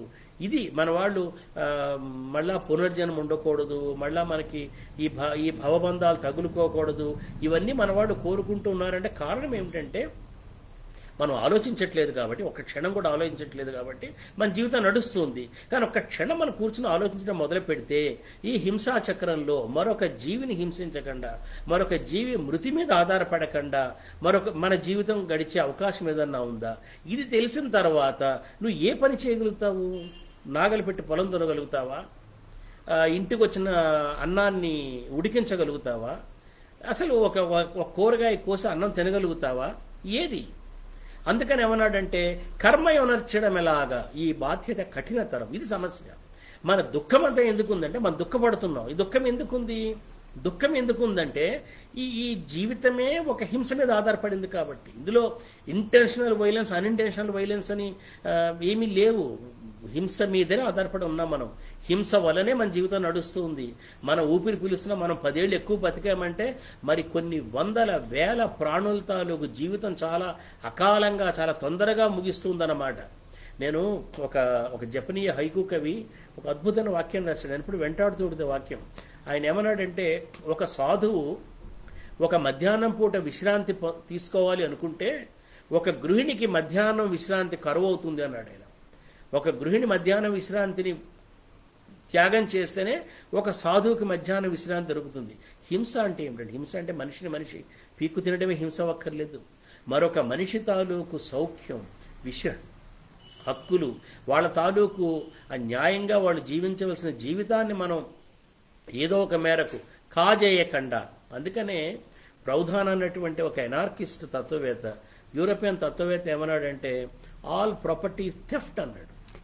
మన ఇంట్లో మనం 2 సోఫాలు, ఒక డైనింగ్ టేబుల్, ఒక టీవీ పెట్టుకుని నేను చాలా నిరాడంబరమైన జీవితం జీవిస్తున్నాను నేను అనుకోవచ్చు కాగా, కానీ నేను ఒక చిన్నపాటి దొంగను అనమాట. ఈ దొంగతనాల్లో మన దొంగలుగా జీవించడాల్లో హెచ్చుతగ్గులు ఉన్నాయి తప్ప ఆల్ ప్రాపర్టీస్ ఎ థెఫ్ట్. మరి ఏ మేరకు నువ్వు దొంగ కాకుండా ఉంటావు? 2 జతలు ఉంటే దొంగ కాకుండా ఉంటావా? ఇది చాలా పెద్ద సమస్య. It's a matter of degrees. కొంతమంది చాలా పెద్ద దొంగలు, కొంతమంది చాలా చిన్న దొంగలు. కానీ ప్రతి మనిషి ఏదో ఒక రూపంలో దొంగనే. ఎందుకంటే నువ్వు ఒక చొక్కా వేసుకున్నావు అంటేనే, ఒక చొక్కా లేనివాడిది ఎవరిదో నువ్వు వేసుకున్నావు అని అర్థం అనమాట. మరొకటికి ఎవరికో చొక్కా లేకుండా పోతుందన్నమాట. ఒకవేళ అందరి మనుషులకి న్యాయంగా ఈ హింసాచక్రం మీద ఆధారపడ్డ ఉత్పత్తి అయినప్పటికీ న్యాయంగా అందరూ పంచుకుని ఉంటే బహుశా అందరికి కనీసం ఒక చొక్కాన మిగి వచ్చి ఉండేదేమో, ఒక వస్త్రమన్నా దక్కి ఉండేదేమో. ఇన్ని సమస్యలు ఉన్నాయి. ఇది ఒక ప్రధానమైన సమస్య. అందుకని ఏమన్నాడు, కర్మ యొనర్చడం ఎలాగా, ఈ బాధ్యత కఠినతరం, వరణం దుష్కరం ఇరుల తెర మరుగున స్వయంవరం. వరణం అంటే చాయిస్, ఎంచుకోవడం. ఇది అసలు ఎగ్జిస్టెన్షియలిస్ట్ కాలంలో, ఎగ్జిస్టెన్షియలిస్ట్ తాత్విక చింతన నేపథ్యంలో బైరాగి కవిత్వం రాస్తున్నాడు. ఎగ్జిస్టెన్షియలిస్ట్ తాలూకు ప్రధానమైన సమస్య వాళ్ళు ఎంచుకున్నది ఏంటంటే చాయిస్, మనిషి చూస్ చేసుకోవడం. నిజంగా చూస్ చేసుకునేటువంటి శక్తి నీకుందా, అవకాశం నీకుందా? అది మనం ముందు హ్యామ్లెట్ గురించి మాట్లాడుకున్నప్పుడు చెప్పామే, ఆ ఫ్రీ విల్ అండ్ డిటర్మినేషన్ గురించి మాట్లాడమే. నిజంగా మనకి ఫ్రీ విల్ ఉందా? వరణం దుష్కరం ఇరుల తెర మరుగున స్వయంవరం. మన స్వయంవరం అంటే మనం కోరుకోవడం, మనం ఎంచుకోవడం. కానీ అది ఇరుల తెర మరుగున, చీకటి తెరల మరుగునుంది. ఓ దేవా, మన ముంగిట మిత్తవ పన్నిన వ్యూహం. మిత్తవ అంటే డెత్. మన ముంగిట మిత్తవ పన్నిన వ్యూహం, ఆహవ మోహోత్సాహం శైపని శూర సమూహం. వీరిలోన నేటి సంధ్య శిబిరాలకు మరలేవారెంతమంది. ఇక్కడి నుంచి ఆయన యుద్ధం తాలూకు ఆ దృశ్యాన్ని వివరిస్తున్నాడు. వీరిలోన నేటి సంధ్య శిబిరాలకు మరలేవారెంతమంది. వీళ్ళు ఎంతమంది సాయంకాలం తిరిగి మళ్ళా వాళ్ళ శిబిరాలకు వెళ్తారు. శాశ్వత నైశ్యబ్ద్య తటుల సైకతాల దొరలేవారెంతమంది. ఒక శాశ్వత నిశ్శబ్దం తాలూకు ఇసుక తిన్నెల్లో పడి దొరిలేవాళ్ళు ఎంతమంది చూస్తారో రేపటి బాలార్క కాంతి. ఆ పొద్దున్నే ఉదయించే ఆ బాల సూర్యుడి తాలూకు కాంతి ఎంతమంది చూస్తారు? ఎంతమందికి కఠోర ధరణి పైన చరమ శాంతి. నలిగిన పచ్చికపై తెగిపడిన శిరస్సు, కేలు, కాలు తెలుపలేదు ఏది ఎవనిదో నెత్తుటి ఆనవాలు. ఇది ఒక అద్భుతమైన వాక్యం. ఎందుకంటే ఒకసారి పడిపోయిన తర్వాత, తెగిన తర్వాత, రక్త మరక మాత్రమే మిగిలిన తర్వాత ఇది నావాడిదా పరవాడిదా నువ్వు తేల్చలేవు. రక్తం అందరిది ఒకటే, మిగిలిన నెత్తుటి మరక మాత్రమే ఎక్కడుంటుంది. పొరలుతుంది ముగ్గు పుట్టలా పండిన తల ధూళిని, పిరికి నక్క తన్నుతుంది ఆచార్యుని వరమౌళిని. అది ఎవడి ఆచార్యుడు అంటే ద్రోణాచార్యుని ఉద్దేశంలో ఉన్నాడు. ఎవరిదైనా కానీ వాడి తలని ఒక పిరికి నక్క తన్నుకుంటూ పోతుంది. క్షతగాత్రుల మృతి కోసం నిశిచరాల జాగారం. ఇంకా ప్రాణంతో, కొన ప్రాణంతో కొట్టుకునే వాళ్ళు ఉంటారు యుద్ధరంగంలో కూలిపోయి. వాళ్ళు ఎప్పుడు చచ్చిపోతారా అని నిశాచరులు వేచి ఉంటారు. ఒక గుక్కెడు నీటి కొరకు మరణోన్ముఖ చీత్కారం. డేరాల్లో కలత నిదుర. కలవరాల పీడకలలు, నల్ల కడలి ఉప్పెనలో మునిగి తేలి తలల అలలు. ఎంత అద్భుతం! ఇది చాలా హిరాయిక్ పోయం అన్నమాట. ఇలా కవిత నిర్మించే వాళ్ళని ప్రపంచంలో ఏ భాషలో చాలా చాలా అత్యున్నత స్థాయి కవులుగా లెక్కేస్తారు. నల్ల కడలి ఉప్పెనలో మునిగి తేలి తలల అలలు. నల్ల కడలి అంటే చీకటి ఒక కడలిగా ఉంది, రాత్రి ఒక కడలిగా ఉంది. ఆ కడలి తాలూకు అలలు, ఆ రాత్రి తాలూకు కడలి తాలూకు అలలలో తలలు అలలుగా ఉన్నాయంటే ఎన్ని తలలు పడిపోయి ఉంటాయి. ఆ తలలు అలలుగా ఆ చీకటి కడలి, ఆ యుద్ధరంగం తాలూకు రాత్రిని ఆయన వర్ణించిన ఆ దృశ్యం ఉందే, చీకటి నల్ల కడలి ఉప్పెనలో మునిగి తేలి తలల అలలు. అటు ఇంద్రప్రస్థంలో మగదిక్కులు లేని ఇళ్ళు, నిర్జన నిశిలో జ్యోతులు మెరిసే తస్కరుల కళ్ళు, దివ్వెలకడ చేరి దీన ప్రశ్నలు వేసే పిల్లలు ఏ సాంత్వనం ఇవ్వగలరు శంకాకులై తల్లులు. అక్కడ యుద్ధరంగంలో దృష్టి చూపించాడు. అక్కడ ఏంటి, దివ్వెలకడ చేరి. ఆ దివ్యన మాట మినుకుమైన దివ్యలు అనలేదు, కానీ వెంటనే మనకి ఎందుకో ఆ మినుకుమైన దివ్యలు మన కళ్ళ ముందు కలుగుతాయన్నమాట. అక్కడ పిల్లలు అడుగుతుంటారు, అమ్మా నాన్న వస్తాడా ఇంటికి, ఏమైందమ్మా, యుద్ధం అయిపోయి ఉంటుందా, వెనక్కి వస్తాడా అని పిల్లలు అడుగుతుంటే ఏ సాంత్వనం ఇవ్వగలరు శంకాకులై తల్లులు. అవలంబం లేకుండా తీవెలు ఎలా బతుకుతాయి, అవలంబం కొరకు మరల ఏ కోనలు వెతుకుతాయి. సైనికులు మరణించారనుకో, ఆ తల్లులు ఆ బిడ్డలు దిక్కులేని వాళ్ళు అయిపోయిన వాళ్ళు రేపు మళ్ళీ ఆ తీగలు లాంటి వాళ్ళు అన్నాడు. తీగలు మళ్ళీ ఏ కొండ కోనలు వెతుక్కుంటాయి. తిరిగి ఇవ్వబడని దాన్ని గైకొన గల హక్కు ఎవనికి, హింసే ధర్మం అయితే ఎవడికి ఇక్కడ దిక్కెవనికి. మనం తిరిగి ఇవ్వలేని ఏమంటే ప్రాణం, తిరిగి ఇవ్వలేని దాన్ని తీసుకునే హక్కు మనకి ఎక్కడుంది. బతుకు పలకపై వ్రాసిన ప్రత్యక్షరం అక్షరమే, సవరించే సమయమేది ప్రతి దోషం నిర్జరమే. చేసిన పని చెరిగిపోదు, రానున్న తరాల వారు మన విజయపు కీర్తి సౌధ శిథిలాలను అడుగుతారు కీచురాళ్ల గొంతుకులై. అప్పుడు ఏమిటి జవాబు, ఎవరికి అందజేయగలం పశ్చాత్తాపాల జాబు. అప్పుడు ఆవులిస్తాయి గోరీలే నోళ్లు తెరిచి, ప్రేవుల లెక్కల్లో మన తిక్క పనులు బయలుపరచి. బీళ్లు దున్నితే పుర్రెలు దాటుతాయి పకపకమని. ఈ మధ్య ఒక నవల రాసింది, ప్లవింగ్ ఆఫ్ బోన్స్ అని. ఏ దేశమైనా కూడా ఎక్కడ మీరు తవ్వండి పుర్రెలు ఎముకలే బయటపడతాయి. అది ప్రపంచమంతా కూడా ఒక రకం. అందుకని అన్నాడు ఆయన, రణరంగం కాని చోటు భూస్థలమంతా వెదకిన దొరకదు, గతమంతా తడిస రక్తమున కాకుంటే కన్నీళ్లతోని. బీళ్లు దున్నితే పుర్రెలు చాటుతాయి పకపకమని. పూర్వుల ఔన్నత్య గరిమ వేణోళ్లను అందరికీ. పుర్రెలు ఏం చాటుతాయట, పూర్వుల ఔన్నత్య గరిమ. మా పూర్వులు ఇంత గొప్పగా జీవించారని పుర్రెలు పకపకమని నవ్వి బయటపడుస్తాయట. సిగ్గిలి జనులందరప్పుడు జనులు తలలు వంచుకుంటారా, లేక సగర్వంగా పాపాన్ని పంచుకుంటారా. ఈ అనిలో నశిస్తోంది ఇరువాగుల సబల భరత సంతానం. ఏ హలధర బాహుబలం స్పృశిస్తుంది ధరణీ గర్భాఘ్రాణం. విటుల కొరకు వెదకుతుంది విధవా వసుధా వధూటి. వసుధ అనే వధూటి విధవ అయిన తర్వాత ఆమె ఏం చేస్తుంటే విటుల కోసం వెతుకుతుంది అన్నాడు. ఎంగిలి మెతుకుల బతుకులు గతుకుతుంది జీవకోటి. మన పిల్లలు మన పాపలు, పిల్లలు పాపలు, శత్రు ధనుర్జావిముక్త విసిక భీతులై నాపలు అంటే మళ్ళా పందలు. మన పిల్లలు మన పాపలు, పిల్లలు పాపలు, శత్రు ధనుర్జావిముక్త విసిక భీతులై నాపలు. నిర్జన గహనాటవిలో తలలు దాచుకుంటారా. ఎక్కడికి పోతారు వీళ్ళు, అడవులపై తల దాచుకుంటారా. ఎముక ముక్కకై కుక్కల వలె తల కాచుకుంటారు, ఎముక ముక్కకై కుక్కల వలె కాచుకుంటారా. ఈ యుద్ధం ఎవరి కొరకు, ఎవరు గరళ ఫలభోగులు. యుద్ధం తాలూకు ఈ గరళ ముందే తినేవాళ్ళు ఎవరు, భోగులుట. తినడం కాదు, దాన్ని ఎంజాయ్ చేయబోయేవాళ్ళు ఎవరు, ఈ గరళాన్ని తిని ఎంజాయ్ చేయబోయేవాళ్ళు ఎవరు. ఎవరి కనుల కౌతుకమిది, ఎవరి కన్ను ఎవరు దీన్ని చూడాలని, ఎవరి క్యూరియాసిటీ ఇది, ఈ దృశ్యాన్ని చూడాలని ఎవరు కోరుకుంటున్నారు. ఎవరి కనుల కౌతుకమిది, ఎవరా మానస రోగులు. యుద్ధం కావాలని కోరుకునే వాళ్ళని మానసరోగి అన్నాడు ఆయన. ఎవరా మానస రోగులు.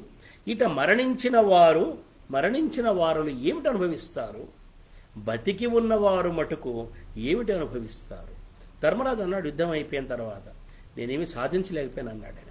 యుద్ధం ఓడిన వాడికి ఏమీ మిగల్చదు, గెలిచిన వాడికి ఏమి మిగల్చదు. ఒక ఎంటీ విక్టరీ మిగులుతుంది. ఆ విక్టరీ తంది కాదు, దాన్ని అనుభవించినా కూడా ఎవరు ఉండరు. ఇట మరణించిన వారు ఏమిటి అనుభవిస్తారు, బతికి ఉన్న వారు మటుకు ఏమిటి అనుభవిస్తారు, ఏమిటి అనుభవిస్తారు రానున్న తరాల వారు. వీళ్ళు మాత్రమే కాదు కదా, వీళ్ళ తర్వాత రానున్న తరాల వాళ్ళు ఉన్నారు, వాళ్ళు ఏమి అనుభవిస్తారు. అస్థుల పరచిన పదాన వారే విధి మెలుగుతారు. అస్థులు పరచిన పదం, ఎముకలు పరిచిన దారిట. యుద్ధం జరిగిన తర్వాత యుద్ధంలో ఎముకలు ఇదంతా ఓకే, యుద్ధం అయిపోయిన తర్వాత ప్రపంచం అంటే ఎముకలు పరిచిన దారి అన్నాడు. ఎముకలు పరిచిన దారి మీద ఎలా నడవగలుగుతారు వాళ్ళు? కాళ్ల కింద ఎటు అడుగు వేసినా కూడా ఎముకలు తగులుతూ ఉన్న దారి మీద అస్థులు పరచిన పదాన వారే విధి మెలుగుతారు. ఎవరు గెలిచినా ఇక్కడ ఫలం ఒకటే కట్టకడకు, ప్రజ్వల చితులై శోకానలం ఒకటే కట్టకడకు. కోల్పోవలసిందంతా అనిలో కోల్పోయినాక, పతనపు చీకటి లోతుల అడుగంటా పోయినాక ఎవరికి కావాలి గెలుపు, ఆ బాటకు లేదు మలుపు. ఇరుల తెరల ఆ చెరకు ఇక లేదటను వెలుగు తలుపు. ఆ కారాగారానికి వెలుగు తలుపు లేదు. ఈ యుద్ధం నిలబెట్టిన ధర్మం ఎక్కడుంటుందిక, ఏ మరపుల నిద్దులలో పిరికి కలలు కంటుందిక. ఇక్కడ మళ్ళా గతి మార్చి మన ఆశలన్నీ అడియాసలయ్యి, మన హాసమెల్ల పరిహాసమయ్యి, అభినందనాలు క్రందనాలయ్యి, అభివందనాలు నిందనాలయ్యి, అభినందనాలు క్రందనాలయ్యి. అభినందిస్తున్నావు కానీ వెంటనే ఏడుపులుగా మారుతున్నాయి. అభివందనాలు నమస్కారం పెడుతున్నావు కానీ నిందనాలయ్యి, దోషులుగా మారాయి. మన నాటిన చేతల వృక్షరాశి మొదటికే చేటుగా కాపు కాసి. మనం వేసిన ఈ చెట్లున్నాయే చేటు కాపు కాస్తాయి మటివి. జీవితమే దుర్వహ భారమయ్యి, మొయ్యలేనటువంటి భారమై. ఈయన పదాలు వాడాడంటే ఆ పదాలు ఆయన కవిత్వంలో ఆ పదాలు ఎక్కడెక్కడ మళ్ళా వినబడ్డాయో మనం చూడటం చాలా ఆసక్తికరంగా ఉంటుంది. ఆయన రాస్కల్నికోవ్ సోనియాని అడుగుతాడు, నీకు దుస్సహమేది భారం, నీకు దుర్వహమేది భారం, నీకు దుస్సహమే ప్రహారం అని అడుగుతాడు ఆయన. అట్లానే ఇందాక అన్నాడే ఈ పింఛమని, ఆయన హుస్సేన్ సాగర్ మీద ఒక కవిత రాశాడు. అందులో ఈ ప్రళయ మహామయూరిక విప్పిన పింఛం నేడు కదా తెలుస్తున్నది అంటాడు. అలాగే ఇక్కడ జీవితమే దుర్వహ భారమై, ఈ జీవితాన్ని మొయ్యలేనుండి బరువైపోయి తీరం నానాటికి దూరమయ్యి, కాలం కరాళమవుతుంది కడకు, యాతన విరాళమవుతుంది కడకు. రుధిర ప్రదిగ్ధ భోగాల భ్రాంతి కలిగిస్తుంది ఎవరికి ఆత్మశాంతి. ఉల్లాస రాగిణుల నృత్యరీతి స్ఫురణకు తెస్తుందార్తుల విభీతి. స్మేరాననాల మధురుచుల మ్రోల పొడకడుతుంది ఆహత మృత్యుడోల. అంటే తర్వాత జీవించబోయే జీవితంలో సంతోషంగా గడుపుతున్నాం అనుకుంటారు కానీ ఈ నీడలు పడుతూనే ఉంటాయన్నమాట. ఒకవేళ ఎవరన్నా నృత్యం చేస్తున్నారు, ఆ నృత్యం దేని గుర్తు చేస్తుంది? ఆర్తుల విభీతిని గుర్తుకు తీసుకొస్తుంది. స్మేరాననాలు చక్కగా సంతోషంగా ఉన్నటువంటి ఆ ముఖాలు, ఆ మధుర రుచుల మ్రోల పొడగొడుతుంది ఆహత మృత్యుడోల. స్వర్ణాభ దీపయుత సౌధశ్రేణి కడనే ప్రదోషహత కురుక్షోణి. మృదుహంస తూలికా తల్పనిద్రలో భీషణ దుస్వప్నాల ముద్ర. అంతర్గత కలుషపు ధూమ్రవీచి కననీయదు మోచన సూచి రోచి. వీడవు మరలను ఆ జ్ఞాపకాలు సెగ వగపుల బతుకే నగవు పాలు. వెన్నంటిన చావుల నీడ పోదు మరుసీమల చల్లని తంద్ర రాదు. పోదాం పద ఓ దేవా రాజ్యమొద్దు ఈ విద్వేషాగ్రులకిక చేజేతుల ఆజ్యమొద్దు. అతి విస్తృత వసుధ మీద దుర్లభమా ఆశ్రయమే. ఈ నెత్తుటి కూటి కన్నా జోలె బతుకులే నయమే. లేదనదే ప్రకృతి మాత తన బిడ్డల కాదనదే. నీకిక్కడ చోటెక్కడ ఈ ప్రాంతం నాదనదే. ఎందులకి సంఘర్షం హృదిలో ఘోరామర్షం. హర్షంగా క్రూరుడైన మనుజునకే అపకర్షం. జీవితం ఆవహమైతే మృత్యువుదే గెలుపనాలి. ఒకవేళ జీవితం యుద్ధం అనుకుంటే గెలిచేది చివరికి మృత్యువే. ఫలమేమిటి ఇలలో ఇక కలవరమే ఫలమనాలి. పోదాం పద. హైమాద్రిని నిద్రపుచ్చుతోంది మంచు. ఒక బ్యూటిఫుల్ పిక్చర్ ఇస్తాడు అక్కడ. హైమాద్రిని, హిమాలయ పర్వతాల మీద మంచు, హైమాద్రిని నిద్రపుచ్చుతోంది మంచు. దేవదారు తరుపంక్తుల పచ్చగిలిన లోయ అంచు. ఆ హిమాలయ పర్వతాల మీద దేవదారు వృక్షాల తాలూకు ఆ వృక్షాలు ఉన్న కొండ వాలుల్లో ఆ లోయ దగ్గర పచ్చగిలిన లోయ, చాలా ఒక పచ్చికతో పచ్చగా ఉన్న ఒక లోయ అంచు.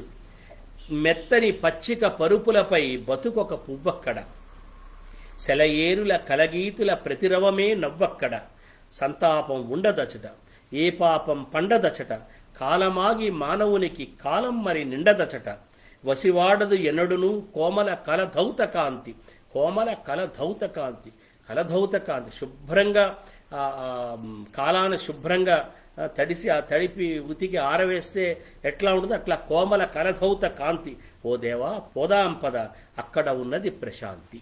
ఇది మొత్తం ఈ సంభాషణ అంతా ఉందే. ఇది క్లైబ్యం ఆస్మగమ దగ్గర నుంచి ఆ శ్లోకాల తర్వాత క్లీబులైన వారెవరి దగ్గర నుంచి ఓ దేవా పోదాంపద అక్కడ ఉన్నది ప్రశాంతి అని చెప్పాడు కదా. ఈ మొత్తం వాక్యాలు భగవద్గీత వాక్యాలు కావు. భగవద్గీతలో ఉండేటువంటి కొన్ని పదాలు కొన్ని భావనలు ఎక్కడైనా ఆయన ప్రస్తావశంగా వాటిని ప్రస్తావించి ఉండవచ్చు, కానీ వాటిని చాలా వరకు ఆయన ఒక కురుక్షేత్రాన్ని మానవ ప్రపంచం మొత్తానికి, అది ఒక కాలానికి ఒక సమయానికి మాత్రమే కాకుండా తరతరాల యుగయుగాల మానవ సంక్షోభానికి అంతటికీ వర్తించే విధంగా ఆయన దాన్ని ఈ పోయంలో చెప్పుకొచ్చాడు. ఇది ఇట్లా ఒక కవితను చెప్పడం ఉందే, ఒక మానవుడి తాలూకు ఒక సమస్యని మన తరపున ఇది చదువుతూ ఉంటే ఈ ఒక మానవుడు ఎవరో మన గురించి ఆ రోజు శోకించాడే, ఆలోచించాడే, చింతించాడే అని అనిపిస్తుంది. గతించిన మానవులు ఈ కవికి రుణపడి ఉంటారు, ఆగామి మానవులు కూడా రుణపడి ఉంటారు. గతించిన మానవులు ఎందుకు రుణపడి ఉంటారంటే అయ్యో నా కష్టాన్ని మేము వ్యక్తం చేయలేకపోయిన మాటల్ని ఈ కవి పలికించాడే. ఆగామి మానవులు ఎందుకు రుణపడి ఉంటారంటే అయ్యో మనకి ఇట్లాంటి ఒక దారి చూపించాడే, మన గురించి ఆలోచించాడే, రేపు మన జీవితం ఏమవుతుంది అనుకున్నాడే అని ఒక భావన కలుగుతుంది అన్నమాట. ఈ మొత్తం అంతా ఉందే. ఇది అర్జున విషాదయోగం ఏమిటంటే ఒక్క విషాదం మాత్రం ఇందులో ఆయన భగవద్గీతలో అయితే ఆయన గాంధీవం పాంచజన్యం పక్కన పెట్టి కూర్చుండిపోయాడు, రథం వెనక పక్క కూర్చుండిపోయాడని చెప్పాడు వ్యాసుడు. రథం వెనక పక్క మనకు అర్థమవుతుంది, వెనక కూర్చుండిపోయాడు, నక్కినట్టుగా కూర్చుండిపోయాడు అనమాట. కానీ లేదు, ఇక్కడ ఒక బ్యూటిఫుల్ డ్రీమ్ చూపిస్తున్నాడు ఆయన. పోదాంపద హైమాద్రిని నిద్రపుచ్చుతోంది మంచు, దేవదారు తరుపంక్తుల పచ్చగిలిన లోయ అంచు, మెత్తని పచ్చిక పరుపులపై బతుకొక పువ్వక్కడ, సెలయేరుల కలగీతుల ప్రతిరవమే నవ్వక్కడ, సంతాపం ఉండదచట ఏ పాపం పండదచట, కాలమాగి మానవునికి కాలం మరి నిండదచట. అది ఎంత బ్యూటిఫుల్ సెంటెన్స్ అంటే కాలమాగి మానవునికి మరి కాలం నిండదచట. కాలం ఆగిపోతుందిట, కాలం ఆగిపోయినందువల్ల కాలం ఆగిపోవడం సమస్య ఉండదు అంటున్నాడు. అద్భుతమైన మాట అది. కాలం ఎందుకు ఆగుతుంది? ఆ ప్రశాంతిలో, ఆ సరైన మూమెంట్లో ఒక ఎట్లాంటి హింసతో సంబంధం లేనటువంటి ఒకరిని మరొకరు కొల్లగొట్టుకునో ఒకరిని మరొకరు వధించో జీవించవలసిన అవసరం లేనట్టు ఆ తావులో కాలం ఆగిపోతుంది. అక్కడ భూతం లేదు, భవిష్యత్తు లేదు, రేపు ఎలా గడుస్తుంది చింత లేదు, రేపు ఎలా గడవాలన్న ఆలోచన లేదు. కాబట్టి కాలం ఆగిపోతుంది. కాబట్టి కాలం నిండడమనే, కాలం నిండిపోయింది, కాలం చెల్లిపోయిందనే మాట అక్కడ రాదు అంటున్నాడు ఆయన. కాలమాగి మానవునికి కాలం మరి నిండదచట, వసివాడదు ఎన్నడును పసివాడదు ఎన్నడును కోమల కల ధౌత కాంతి, ఓ దేవా పోదాంపద అక్కడ ఉన్నది ప్రశాంతి అని అనడంలో అది అయిన తర్వాత అప్పుడు మళ్ళా శ్రీ భగవాన్ ఉవాచ అని తతస్వధర్మంచ కీర్తించ ఇత్యాది అని చెప్పాడు ఆయన. ఇది తతస్వధర్మంచ కీర్తించ అన్నటువంటిది ఈయన సాంఖ్యయోగంలో 33వ శ్లోకం అన్నమాట. శ్రీకృష్ణుడు చెప్పిన మాటల్లో 33వ శ్లోకం. అంటే అక్కడ కృష్ణుడు అర్జునుడికి ఏం చెప్పాడంటే, ఆ శ్లోకం వినిపిస్తాను చూడండి. అది 2వ పంక్తి చెప్పాడు ఆయన. మొదటి పంక్తి అంటే అథచేత్వమిమం ధర్మ్యం సంగ్రామం న కరిష్యసి తతస్వధర్మం కీర్తించ హిత్వా పాపమవాప్స్యసి. ఆయన ఏమంటున్నాడు, యుద్ధం నీకు ధర్మబద్ధం, ఒకవేళ నీవు దీన్ని ఆచరించకపోతే నీ స్వధర్మం నుంచి పారిపోయిన వాడు అవుతావు, దానివల్ల కీర్తిని కోల్పోతావు, పైగా పాపం చేసిన వాడు అవుతావు అని కృష్ణుడు చెప్పాడు. ఇప్పుడు ఇటువంటి ఒక ఎక్స్ప్రెషన్, ఇటువంటి ఒక హ్యూమన్ ఎగనీని, హ్యూమన్ యాంగస్ని వ్యక్తం చేసిన తర్వాత అయినా నువ్వు యుద్ధం చెయ్యి అని చెప్పటానికి ఆయన ఏ ప్లేన్లోంచి భగవంతుడే మాట్లాడాడని ఈ పుస్తకం అంటోంది. లేదు ఒక మనిషే మాట్లాడు అనుకుందాం, సారదే చెప్పాడు అనుకుందాం, అర్జునుడి తాలూకు స్నేహితుడు, వాళ్ళిద్దరూ చాలా స్నేహితుడే చెప్పాడు అనుకుందాం. ఆ చెప్పడానికి ఆయన ఎటువంటి ఏ ప్లేన్లో, ఎందుకంటే ఈ వర్ణించినంతా అది ఒక్క మాట కూడా కాదనడానికి లేదు. ఇది మానవ జీవన మరణ చిత్రం తాలూకు ఈ చిత్రాన్ని ఏదైతే అర్జునుడు గీశాడో ఆ చిత్రంలో దాన్ని అసలు మనం తుడిచిపెట్టలేని ఒక చిత్రం అది. దాన్ని దాటి ఆయన చెప్పాలి, నువ్వు యుద్ధం చేయని చెప్పాలి. ఎటువంటి లాజిక్ మీద చెప్పడానికి ప్రయత్నం చేశాడు, లాజిక్ కూడా కాదు, ఎటువంటి హృదయంతో చెప్పడానికి ప్రయత్నం చేశాడు, అది మనం చూద్దాం. అది భగవద్గీత మొత్తం అంతా కూడా దాని మీద ఆధారపడి ఉంది. అయితే అది అయిన తర్వాత, ఆయన మాటలు చెప్పిన తర్వాత ఆయన ఏం చెప్పాడో, అర్జునుడికి ఏమి హృదయస్థమైందో, అప్పుడు అర్జునుడి మాటలు చెప్తున్నాడు. నిన్ను మించి హితులెవ్వరు దేవా నాకీ భువిలో, నిన్ను మించి గతులున్నవి దేవా నాకే దివిలో, నా సంశయ సాంధ్యవేళ నీ సైగే ధ్రువతారిక. నా సంశయ సాంధ్యవేళ, నా సంశయం అనేటువంటి ఈ సంధ్య వేళ, ఈ దినాంత వేళ నీ సైగ, నువ్వు ఒక సూచన చేస్తే చాలు, ఒక సైగ చేస్తే చాలు, అది ఒక ధ్రువతార లాంటిది. అది నిశ్చలంగా నన్ను నడిపిస్తామాట. ఎందుకంటే సముద్రాల్లో నావికులు ప్రయాణించేటప్పుడు దిక్కు చూసుకోవడానికి ధ్రువతారను పట్టుకునే ప్రయాణిస్తారు. కాబట్టి నా సంశయ సాంధ్యవేళ నీ సైగే ధ్రువతారిక, నా యోచన నీ సూచనకెల్లప్పుడు పరిచారిక. నా ఆలోచన ఎంత బాగా ఆలోచించచ్చుగా, కానీ అది నీ సూచనకి పరిచారిక. నువ్వేం చెప్తే, నీ సూచన ఏం చెప్తే అది చేస్తుంది. ఆశయ శిఖరాలపైకి ఎక్కించే శక్తి ఏది, చెదరిన నమ్మికల గూడు దక్కించే యుక్తి ఏది, నీ బిగి చేయూత దక్క నీ ఎందే నా విముక్తి. అది ఆ బిగి చేయూత. ఆయన ఇక్కడి నుంచి మనం రాస్కల్నికావ్ కవితకు వెళ్ళాం. మనం చెప్పుకోవడంలో రాస్కల్నికావ్ కవిత ముందు చెప్పుకుని తర్వాత మనం అర్జున విషాద యోగానికి వచ్చాం. కానీ యథార్థానికి ఈ కవిత నుంచి ఆ కవిత మనం చదివినట్లయితే మనకు అర్థమవుతుంది. ఇటువంటి ఒక విపత్కర పరిస్థితిలో ఒక ప్రశ్న వేసిన ప్రశ్న తప్పైనా ప్రత్యుత్తరం తప్పేనని, ప్రత్యుత్తరం తప్పైతే వేసిన ప్రశ్న తప్పేనన్నాడు హ్యామ్లెట్. ఇక్కడ వేసిన ప్రశ్న తప్పు కాదు, వేసిన ప్రశ్న సమంజసమే. నువ్వు ప్రశ్న ఎందుకు వేస్తున్నావు కృష్ణ అన్నప్పటికీ ఆ ప్రశ్న సమంజసమైన ప్రశ్నే. కానీ దానికి ఆయన ఇచ్చే ప్రత్యుత్తరం వల్ల ఆ ప్రశ్న కూడా విలువైన ప్రశ్నగా మారింది. అక్కడ చివరికి ఆయన ఏం చెప్తున్నాడు, నీ బిగి చేయూత దక్క. అల్టిమేట్లీ ఇటువంటి ఈ అస్తిత్వ సంక్షోభంలో, ఈ దిక్కుతోచన పరిస్థితిలో దిక్కు చూపించేది తార్కిక సమాధానం కాదు, దిక్కు చూపించేది ఒక రేషనల్ ప్లేన్ మీద ఆధారపడ్డది కాదు. అది మొట్టమొదటి బిగి చేయూత. ఒక మనిషి మరొక మనిషికి ఇవ్వగల ఒక బిగి చేయూత, మామూలు చేయూత కాదు. ఊరికేదో మన మిత్రులు ఉంటారు చాలామంది, మన కష్టాల్లో ఉన్నామంటే చేయి అందిస్తారు, కానీ మనకు నమ్మకం కలగదు ఆ చేయి పట్టుకోవడం, ఎందుకంటే జారిపోతుందేమో అని భయపడతామని. ఆ బిగి చేయూత మామూలు చేయూత కాదు. అది ఆయన క్రీస్తు లాజరు బయటకు రాని పిలిచినప్పుడు ఆ పిలుపులో ఉన్నది ఆ బిగి చేయూతని. రాస్కల్నికావ్ సోనియాను పట్టుకుని ఆమె దగ్గర నిలబడి, పాపవుగా పుట్టి పెరిగిన నీవు ఈ పాపికి శాప విముక్తినివ్వగలవు నేడు, తెలుసుకునదగినదంతా తెలుసుకున్న నీవు తెలుసుకునదగిన దాన్ని తెలుపగలవు నాకు అని అంటున్నాడంటే ఆ బిగి చేయూత అక్కడ దొరికింది వాళ్ళకి, ఆ నమ్మకం దొరికింది, ఆశ దొరికింది అనమాట. అందుకని ఏమంటున్నాడు, ఆశయ శిఖరాలపైకి ఎక్కించే శక్తి ఏది, చెదరిన నమ్మికల గూడు దక్కించే యుక్తి ఏది, నీ బిగి చేయూత దక్క నీ అందే నా విముక్తి. అది నువ్వు కాక నాకు విముక్తి లేదు, నీ అందే నా విముక్తి. నా అభేద్య కవచం కాగలదు ఒక నీ నిర్భయోక్తి. నువ్వు భయం లేకుండా ఒక మాట చెప్తావు చూడు, నిర్భయంగా చెప్తావు చూడు, ఒక నీ నిర్భయోక్తి.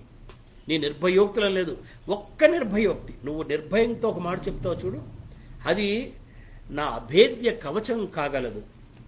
నేనైనది నీ కనులలో పొడమిన నా రూపం, నీ కనుబొమ్మల ముడిలో నా శాస్త్రవులకు శాపం, నీ గుప్పిటలో మణిలా నా స్వేచ్ఛకు సంరక్షణ, నా తలపుల పిరికి బంటులకు నీదే సంశిక్షణ.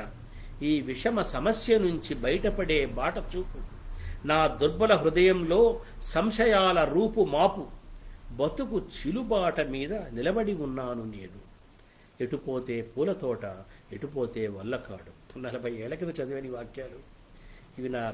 నా నిద్రపోతున్న మెలకులో హఠాత్తుగా ఏదైనా కష్టంలో ఒక క్రైసిస్లో ఈ వాక్యాలు అప్రయత్నంగా తలుపుకొస్తాయన్నమాట.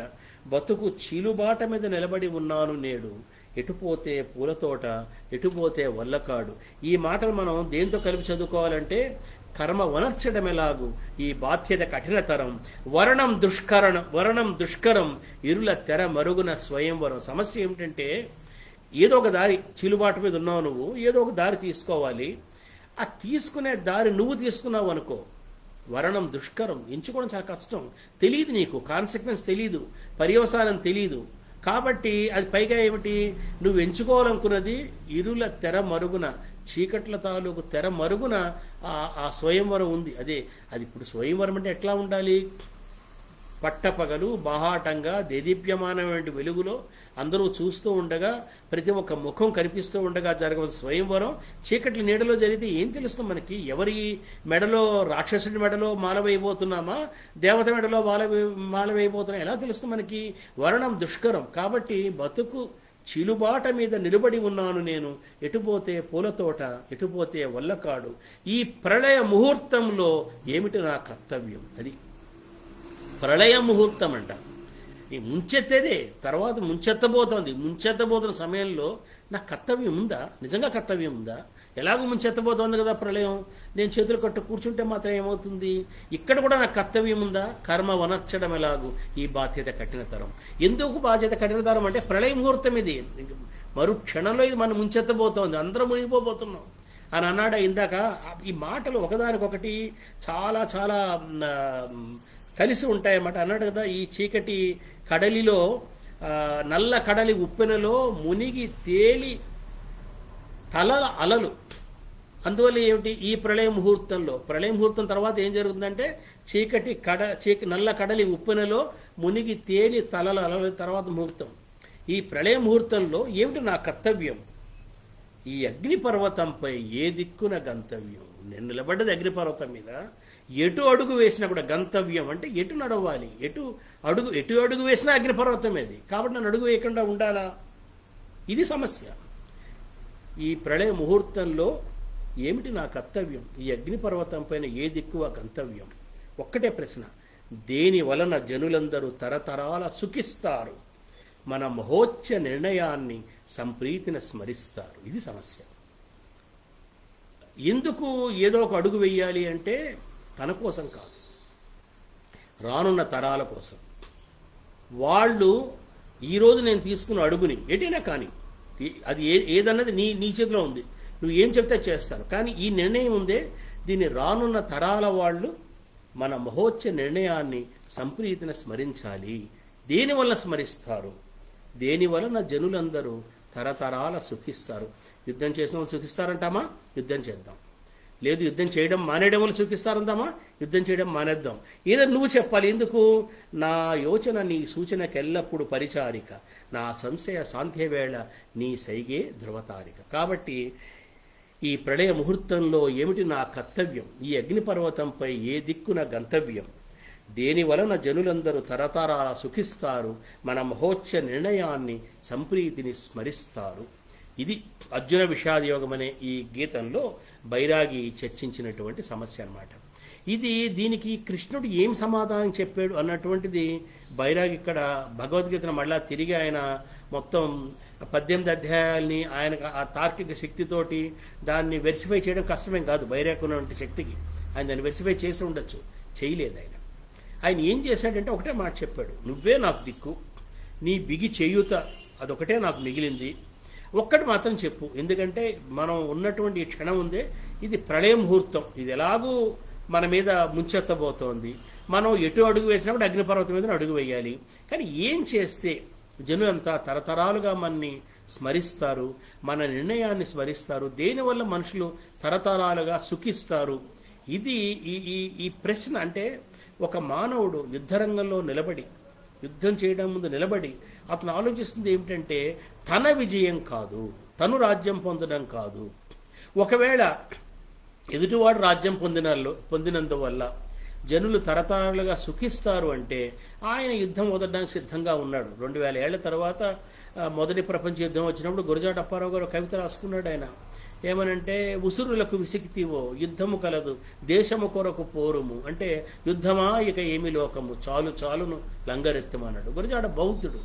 ఆయనకి ఏమిటంటే తనో ఎదుటి మనిషో ఎవరో ఒకరు మాత్రమే బతికే పరిస్థితి ఏర్పడుతుంది అనుకుంటే, అటువంటి ఒక సంక్షుభిత క్షణం ఆయన తటస్థిస్తే ఆయన ఏమంటాడంటే, అతన్నే బతికి నేను వెళ్ళిపోతాను, పద హైమాద్రిని నిద్రపుచ్చుతోంది మంచు ఆ దేవదారు తరుపంక్తుల పచ్చగిలిన లోయ అంచని చెప్పాడే, అక్కడ వెళ్ళిపోదాం అనుకుంటాడు ఆయన.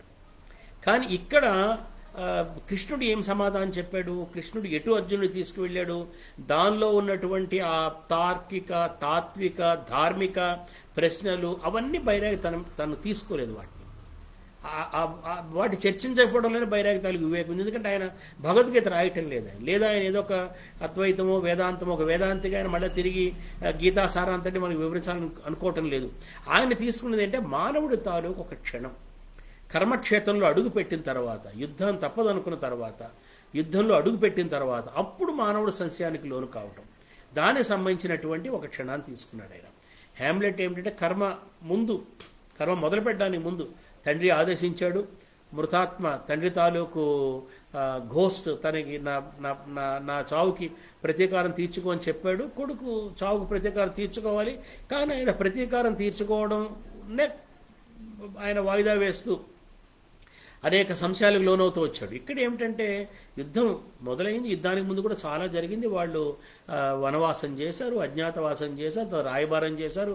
రాయబారం విఫలమైంది, రెండు పక్షాల రాయబారాలు జరిగాయి. కృష్ణ రాయబారం అయింది, సంజయ్ రాయబారం అయింది. చివరికి యుద్ధం తప్పదని నిశ్చయమైన తర్వాత యుద్ధంలో 18 అక్షోహిణుల సైన్యం అటు ఇటు మోహరించిన తర్వాత యుద్ధం మొత్తం, ఇంకా యుద్ధానికి అన్నాడు కదా ఆయన, ఈ మొత్తం వీళ్ళంతా త్వరాధీర తురంగాలు సహించవు కాలయాపన అన్నాడు. అటువంటి సమయంలో ఆ క్షణం ఆయన ఇది మంచిదే, తప్పదు అంటే సరే, కానీ ఈ తీసుకోబోయే నిర్ణయం ఏమి చేయాలి, ఎందుకంటే ఈ తీసుకున్న నిర్ణయాన్ని రేపు రాబోయే వాళ్ళు, ఇది చాలా ముఖ్యమైన అంశం. అక్కడ ఆయన భగవద్గీతలో రాబోయే వాళ్ళు గురించి ఆయన ఏం ఆలోచించాడు, భగవద్గీతలో అర్జునుడు ఆలోచించిందంటే రాబోయే వాళ్ళ కులక్షయం, జాతిక్షయం వల్ల వర్ణాశ్రమ ధర్మాలు నశిస్తాయి, వర్ణసాంకర్యం జరుగుతుంది. అక్కడ కూడా భవిష్యత్తు గురించి ఆయన బాధపడ్డాడు. కానీ ఆ బాధ ప్రధానంగా ఒక ఫ్రేమ్వర్క్లో సంబంధించిన బాధ, ఫ్రేమ్వర్క్లో ఎక్స్ప్రెస్ చేసిన కన్సర్న్ అనమాట. బైరాగి ఏం చేశాడంటే ఆ సనాతనమైనటువంటి ఆ ఫ్రేమ్వర్క్ని పక్కన పెట్టేసి ఆయన ముందు అన్నాడు కదా, స్నేహం, ధర్మం, సఖ్యం అన్నీ అవుతాయి బుగ్గి అన్నాడు ఆయన. ఆ స్నేహం, ధర్మం, సఖ్యం అన్నీ బుగ్గేటువంటి ఈ సమయంలో మనం తీసుకునే నిర్ణయం ఏదైతే ఉందో, దీనివల్ల ఏ నిర్ణయం తీసుకుంటే ఎటుపోతే పూలతోట, ఎటుపోతే వల్లకాడు. పూలతోట చెప్పాడు, ఎలా ఉంటుందో చెప్పాడు, అని అద్భుతమైన దృశ్యం ఇచ్చాడు. ఆ హిమవత్ పర్వతం మీద మంచు రాలుతున్న సమయంలో ఆ దేవదారు తరుపంకుల లోయలో, పచ్చగిలిన లోయ దగ్గర అక్కడ ఎలా ఉంటుందంటే కాలం ఆగిపోతుంది. అక్కడ చావుని బతుకుని దాటినటువంటి ఒక క్షణం అది ఎలా ఉంటే చూపించాడు పూలతోట. వల్లకాడు ముందే చూపించాడు ఆయన, ఆ నల్ల కడలి ఉప్పెనలో అలల తలలు మునిగి తేలిన అలల తలల దాకా దృశ్యమని చూపించాడు. ఇప్పుడు మనం ఎటు వెళ్ళాలి, పూలతోట వైపు వెళ్ళాలా, వల్లకాడు వైపు వెళ్ళాలా? కానీ అలా ఎంచుకునే స్వేచ్ఛ మనకుందా? అలా ఎంచుకుంటే మాత్రం ఇది అగ్నిపర్వతం కాదా? మనం నిజానికి పూలతోట ఉందా? మనం వెళ్ళే ఏ అడుగైనా కూడా అగ్నిపర్వతమే నడిచేది అవుతుంది కదా. ఇటువంటి సందర్భంలో ఏమి చేస్తే, ఏ నిర్ణయం తీసుకుంటే రాబోయే తరాల వాళ్ళు సుఖిస్తారు, దేని వలన తరతరాల జనులందరూ సుఖిస్తారు, మన మహోచ్చ నిర్ణయాన్ని, సంప్రీతిని స్మరిస్తారు. ఇవి ప్రశ్న. ఈ ప్రశ్న ఆయన ఆ రోజు వేసుకున్న ప్రశ్న ఉందే, ఇది ఏదో రెండవ ప్రపంచ యుద్ధం తర్వాత ఒక తెలివిగా వేసుకున్న ప్రశ్న అని కాదు, అనుక్షణం వేసుకోవాల్సిన ప్రశ్నే ఇది. అనుక్షణం అనేక రకాల యుద్ధాలు మన మధ్య జరుగుతున్నాయి, అనేక రకాల కారణాల వల్ల, అనేక రకాల ప్రాతిపదికల వల్ల యుద్ధాలు జరుగుతున్నాయి. ఇలా యుద్ధం జరిగే యుద్ధరంగంలో ఉన్నటువంటి ప్రతి క్షణం కూడా, ప్రతి సందర్భంలో కూడా ప్రతి మనిషి అడగవలసిన ప్రశ్న. ఎందుకంటే వరణం దుష్కరం, నేను ఎంచుకోవడం కష్టం. కానీ ఎగ్జిస్టెన్షియలిస్టులు, ఆయన ఎగ్జిస్టెన్షియలిస్టుల తాలూకు నేపథ్యంలో ఇది రాశాడు ఆయన. ఎగ్జిస్టెన్షియలిస్టులో మళ్ళీ రెండు రకాల వాళ్ళు ఉన్నారు. ఒకళ్ళు ఏంటంటే దేవుడు ఉన్నాడు అంటే ఒక బిగి చేయూతనిచ్చే ఒక సర్వాస్తిత్వం ఉంది అని నమ్మినటువంటి అస్తిత్వవాదులు ఉన్నారు. కిర్కెగార్డ్ లాంటి వాళ్ళు ఉన్నారు. దేవుడు లేడు అని నమ్మిన వాళ్ళు ఉన్నారు, అథీయిస్టులు, సార్త్ర్ లాంటి వాళ్ళు. సార్త్ర్ లాంటి వాళ్ళు ఏమన్నారంటే మానవుడు ఏదో ఒక నిర్ణయం తీసుకోవాల్సిన స్వాతంత్రం అతనికి ఉంది, అయితే అది దానివల్ల వచ్చే కాన్సిక్వెన్స్ని అతనే భరించవలసి ఉంటుంది. అందుకని అతడు స్వేచ్ఛాశాపగ్రస్తుడు అన్నాడు సార్త్ర్. ఎందుకంటే మనం సాధారణంగా మన నిర్ణయాలు ఎందుకు తీసుకోమంటే, మనం ఒక హీరో చేతుల్లో, ఒక నాయకుడి చేతుల్లో, ఎవరో ఒకరి చేతుల్లో ఎందుకు పెడతామంటే రేపు పొద్దున్న ఆ కాన్సిక్వెన్స్ మనం తట్టుకోలేనిది అయినప్పుడు మనం బ్లేమ్ చేసుకోవాల్సిన పని ఉండదు, ఆ నాయకుడిని బ్లేమ్ చేస్తే సరిపోద్ది. కాబట్టి మనం మన వరణాన్ని, మన ఛాయిస్ని మరొకరి చేతుల్లో పెట్టడానికి సిద్ధపడతాం. కానీ ఇక్కడ ఈయన ఎవరి చేతిలో పెట్టే సిద్ధపడుతున్నాడంటే తన స్నేహితుడి చేతిలో పెట్టే సిద్ధపడుతున్నాడు. ఎందుకు? నిన్ను మించి హితులు ఎవ్వరు దేవా నాకీ భూమిలో, నిన్ను మించి గతులున్నవి దేవా నాకే దివిలో. ఇంతకు మించి ఆ స్నేహితుడిని మించినటువంటి హితుడు లేడు, ఆ స్నేహితుడిని మించి గతి లేదు, కాబట్టి పెట్టడానికి సిద్ధపడుతున్నాడు. అంటే ఈ కిర్కెగార్డ్ లాంటి ఎగ్జిస్టెన్షియలిస్టులు, థియిస్టిక్ ఎగ్జిస్టెన్షియలిస్టులు ఎవరున్నారు, వాళ్ళు ఒక సర్వాస్తిత్వం చేతిలో పెట్టడానికి సిద్ధపడ్డారు. వాళ్ళు ఎవరి చేతిలో పెడతావు ఎవరిది విషయం కాదు. సమస్య ఏమిటంటే ఒక నిర్ణయం తీసుకోవాల్సి వచ్చినప్పుడు ఆ నిర్ణయం అది పూలతోట వైపు తీసుకెళ్లే నిర్ణయమా, వల్లకాడు వైపు తీసుకెళ్లే నిర్ణయమా, ఏ నిర్ణయం తీసుకుంటే అన్నిటికంటే ముఖ్యమైన ప్రశ్న ఏంటంటే దేని వలన తరతరాల జనులందరూ సుఖిస్తారు, మన మహోచ్చ నిర్ణయాన్ని సంప్రీతిని స్మరిస్తారు. ఇది ప్రతి కవి వేసుకోవాల్సిన ప్రశ్న. ఇది మానవ జాతి గురించి, కర్తవ్యాల గురించి మాట్లాడని వాళ్ళు లేడు. ఈరోజు విస్తారంగా మాట్లాడుతుంటారు, రాస్తూ ఉంటారు. కానీ ఒక్క క్షణం ఆగి ఈ ప్రశ్న వేసుకుంటే నేను మాట్లాడుతున్న మాటల వల్ల జనులందరూ, కొందరు కాదు జనులందరూ సుఖిస్తారు, దేనివలన జనులందరూ సుఖిస్తారు, ఇదే ఆయన మాట్లాడిన ప్రశ్న. ఇక ఈ నేపథ్యంలో కృష్ణుడు ఏం చెప్పాడు, యుద్ధం ఎందుకు చేయమన్నాడు, భగవద్గీత ఏం చెప్పింది, ఇది ప్రస్తావించడం కానీ చర్చించడం కానీ అది అవసరం లేదనిపిస్తుంది. ఎందుకంటే ఇక్కడ సమస్య ఏ నిర్ణయం తీసుకున్నాడు, ఏ నిర్ణయం వైపు. ఎందుకంటే నువ్వు ఏ నిర్ణయం తీసుకున్నా నా యోచన నీ సూచనకు వెళ్ళినప్పుడు పరిచారిక అన్నాడు. అదేవిధంగా ఆయన కృష్ణుడు ఏం చెప్తే చేశాడు. కానీ అక్కడికి వెళ్ళడానికి ఆ ముందంతా చిత్రించాడే అంత భీకరమైనటువంటి ఆ దర్శనం తర్వాత ఆయన ఒక మనిషిని పట్టుకున్నాడు. ఇది నేను చెప్పదలుచుకున్నాను. ఒక మనిషి, ఒక బిగి చేయూత, ఒక మనిషి. అది ఆ మొత్తం 20వ శతాబ్దపు కీలక ఘట్టంలో 1950 నుంచి 60 మధ్య కాలంలో 20వ శతాబ్దం తాలూకు అత్యంత కీలకమైన ఘట్టం. ఆ రోజు తెలుగు కవులు, తెలుగు రచయితలు, తెలుగు కథకులు ప్రపంచ కథకులుగా, ప్రపంచ రచయితలుగా ఆలోచించారు. ప్రపంచానికి దారి చూపే విధంగా వాళ్ళు రచనలు చేశారు. పద్మరాజు గారు కానీ, ఒక శ్రీశ్రీ కానీ, ఒక బైరాగ్ కానీ, వాళ్ళు రాసిన రచనలు ఆ రోజు ప్రపంచం అంతటికీ అర్థమయ్యేలాగా రాశారు. వాళ్ళు బైరాగ్ కూడా అట్లనే ప్రపంచ మానవుడు తరపున తన ప్రశ్న వేసుకున్నాడు. ఆ వేసుకుంటూ ఆయన చివరికి ఏమన్నాడంటే, అక్కడ చెప్పదలసిన విషయం ఏంటంటే, ఒక మానవుడు తన గురించి తనని పట్టుకుని వదలని ఒక మానవుడు దొరికితే నువ్వేం చెప్తా చేస్తానేను అంటే ఏంటి, అక్కడ ఆ వర్ణం ఆ రెస్పాన్సిబిలిటీ తన తాలూకు హేతువుకి ఇవ్వలేదు. అది మనం గమనించాలి. It was not a rational decision. అది ఒక రకంగా అదొక స్పిరిచువల్ ప్లేన్లో సంబంధించిన డెసిషన్గా మనం చెప్పవచ్చు. కానీ నేనేమనుకుంటానంటే అదొక ఎక్స్ట్రీమ్లీ ఎక్స్ట్రాడినరీ హ్యూమేన్ ప్లేన్లో జరిగిన డెసిషన్గా భావిస్తారు. ఒక మనిషి మరొక మనిషి చేయూత కోసం చూడటం. తర్వాత రాస్కెల్నికోవ్ దగ్గర మనకు చాలా స్పష్టంగా అది మనకు కనబడింది. హ్యామ్లెట్ సమస్య ఏమిటంటే, హ్యామ్లెట్కి అట్లాంటి ఒక మనిషి దొరకలేదు. హ్యామ్లెట్ని పని చేయమని చెప్పాడే, కర్మవైపు ప్రోత్సహించాడే ఆ తండ్రి హ్యామ్లెట్ తాలూకు కష్టంలో కానీ, సమస్యలో కానీ, నైతిక సంఘర్షణలో కానీ ఏ విధంగానూ పాలు పంచుకోలేదని మనం గమనించాం. మనం ఇక్కడ కృష్ణుడు అందుకనే ఇరావతి కర్వే ఈ పుస్తకం గురించి కూడా మీకు చెప్పాలి. చాలామంది చదివి ఉండొచ్చు, చదవని వారు ఎవరైనా ఉంటే ఈ పుస్తకం చదువున్నాం. యుగాంతం అని ఇంగ్లీష్లో దొరుకుతుంది. యుగాంతం అని సాహిత్య అకాడమీ వాళ్ళు కూడా ఎప్పుడో తెలుగు చేశారు. ఇది ఆమె మహాభారతం మీద కొన్ని వ్యాసాలు రాసింది. ఆమె చాలా చాలా చాలా ఆలోచనాత్మకమైన వ్యాసాలు అవి. నేను ఆమె ప్రతిపాదించిన అన్ని అంశాలతో అంగీకరిస్తా అని చెప్పను, కానీ చదివిన ప్రతిసారి భారతం గురించి మనలో కొత్త ఆలోచనలు రేకెత్తించగలిగే పుస్తకం అది. అందులో ఆమె ఏమందంటే, భగవద్గీత మొత్తం చూస్తే అర్జునుడు కృష్ణుడిని ఒక సర్వేశ్వరుడు, దేవుడు కాబట్టి నాకు దారి చూపించిన అడిగినట్టు కనబడదు. ఒక మిత్రుడు మరొక మిత్రుడు అంటే కనబడుతుంది. ఆ మిత్రత్వం ఎందుకు? యుద్ధం వల్ల జరిగే నష్టం ఏమిటన్నాడు ఆయన? స్నేహం, ధర్మం, సఖ్యం. స్నేహం, సఖ్యం ఆ రెండు పోతాయన్నాడు ఆయన. స్నేహం మీద, సఖ్యం మీద ఆధారపడ్డ తమ బంధంలోంచి ఆయన ఏం కోరుకున్నాడు? దారి చూపించు. ఈ దారి చూపిస్తే ఒక సఖుడు మరొక సఖుడికి, ఒక మిత్రుడు మరొక మిత్రుడికి చెప్పే మాట ఎప్పుడూ కూడా ఎటువంటి మాట అవుతుందంటే, రేపు పొద్దున్న దానివల్ల తరతరాలు జనులు సుఖించే విధంగానే ఉంటుంది. ఆ నిర్ణయాన్ని రాబోయే తరాలు ప్రశంసించేదిగానే ఉంటుంది. ఎందుకంటే ఒక మనిషి, ఒక స్నేహితుడు, నేను నా కోసం ఏది కోరుకోగలను అదే నేను నా స్నేహితుడి కోసం కోరుకోగలను. నేను నా స్నేహితుడి కోసం నాకు ఒకలాగా ఆలోచించలేను. నేను నా స్నేహితుడు ఎదిగ ముందన్నాడు ఆయన. నా రూపం ఏముందో అది నీలో కనబడుతుంది అన్నాడు ఆయన. ఆ వాక్యాలు చాలా, ప్రతిపదం చాలా అర్థవంతంగా మాట్లాడాడు ఆయన. కాబట్టి అక్కడ ఈ ఈ హామ్లెట్ పరిస్థితి నుంచి అర్జునుడి స్థితికి వచ్చినప్పటికీ అర్జునుడికి ఒక స్నేహితుడు దొరికాడు. ఇక తిరిగి రాస్కల్నికోవ్కి సోనియా కనబెట్టేప్పటికైతే ఆయన పూర్తిగా తన సోనియా పాదాల దగ్గర ఆయన సమర్పించుకున్నాడు. నువ్వే నాకు దారి చూపించాలి అన్నాడు ఆయన, తోవ చూపించు అన్నాడు ఆయన. ఇది బైరాగి 3 కవితల రూపంలో హామ్లెట్ స్వాగతం, అర్జున విషాదయోగం, రాస్కల్నికోవ్ 3 కవితల ద్వారా 20వ శతాబ్ది నడిమి కాలంలో 2వ ప్రపంచ యుద్ధం తర్వాత ప్రపంచవ్యాప్తంగా మానవుడు అనుభవిస్తున్నటువంటి ఒక అస్తిత్వ సంక్షోభాన్ని, ఒక అస్తిత్వ ప్రశ్నని ఆయన 3 దీర్ఘ కవితలుగా చిత్రించిన తీరు. ఇటువంటి ప్రయోగం నాకు తెలిసి ప్రపంచ సాహిత్యంలో మరే కవి చేయలేదు.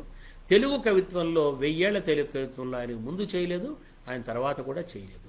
చెయ్యటానికి అన్నిటికన్నా ముందు అటువంటి ఆత్మ కావాలి.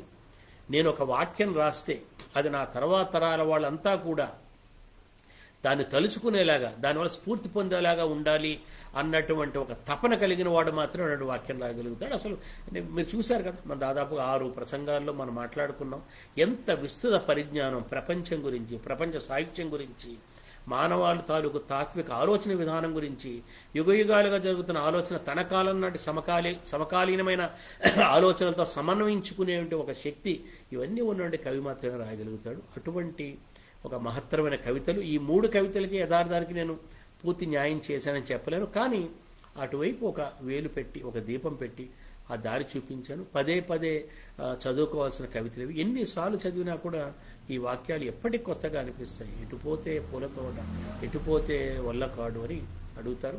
రామ్మోహన్ రావు అడిగారు, ఈ కవితలు ఇంగ్లీష్లోకి అనువదించారా అంటే నేను ముందే చెప్పారు, ఆదేశ్వరరావు గారు ఈ 3 కవితలు కూడా ఇంగ్లీష్లోకి అనువదించారు, చాలా చక్కగా అనువాదం చేస్తారు.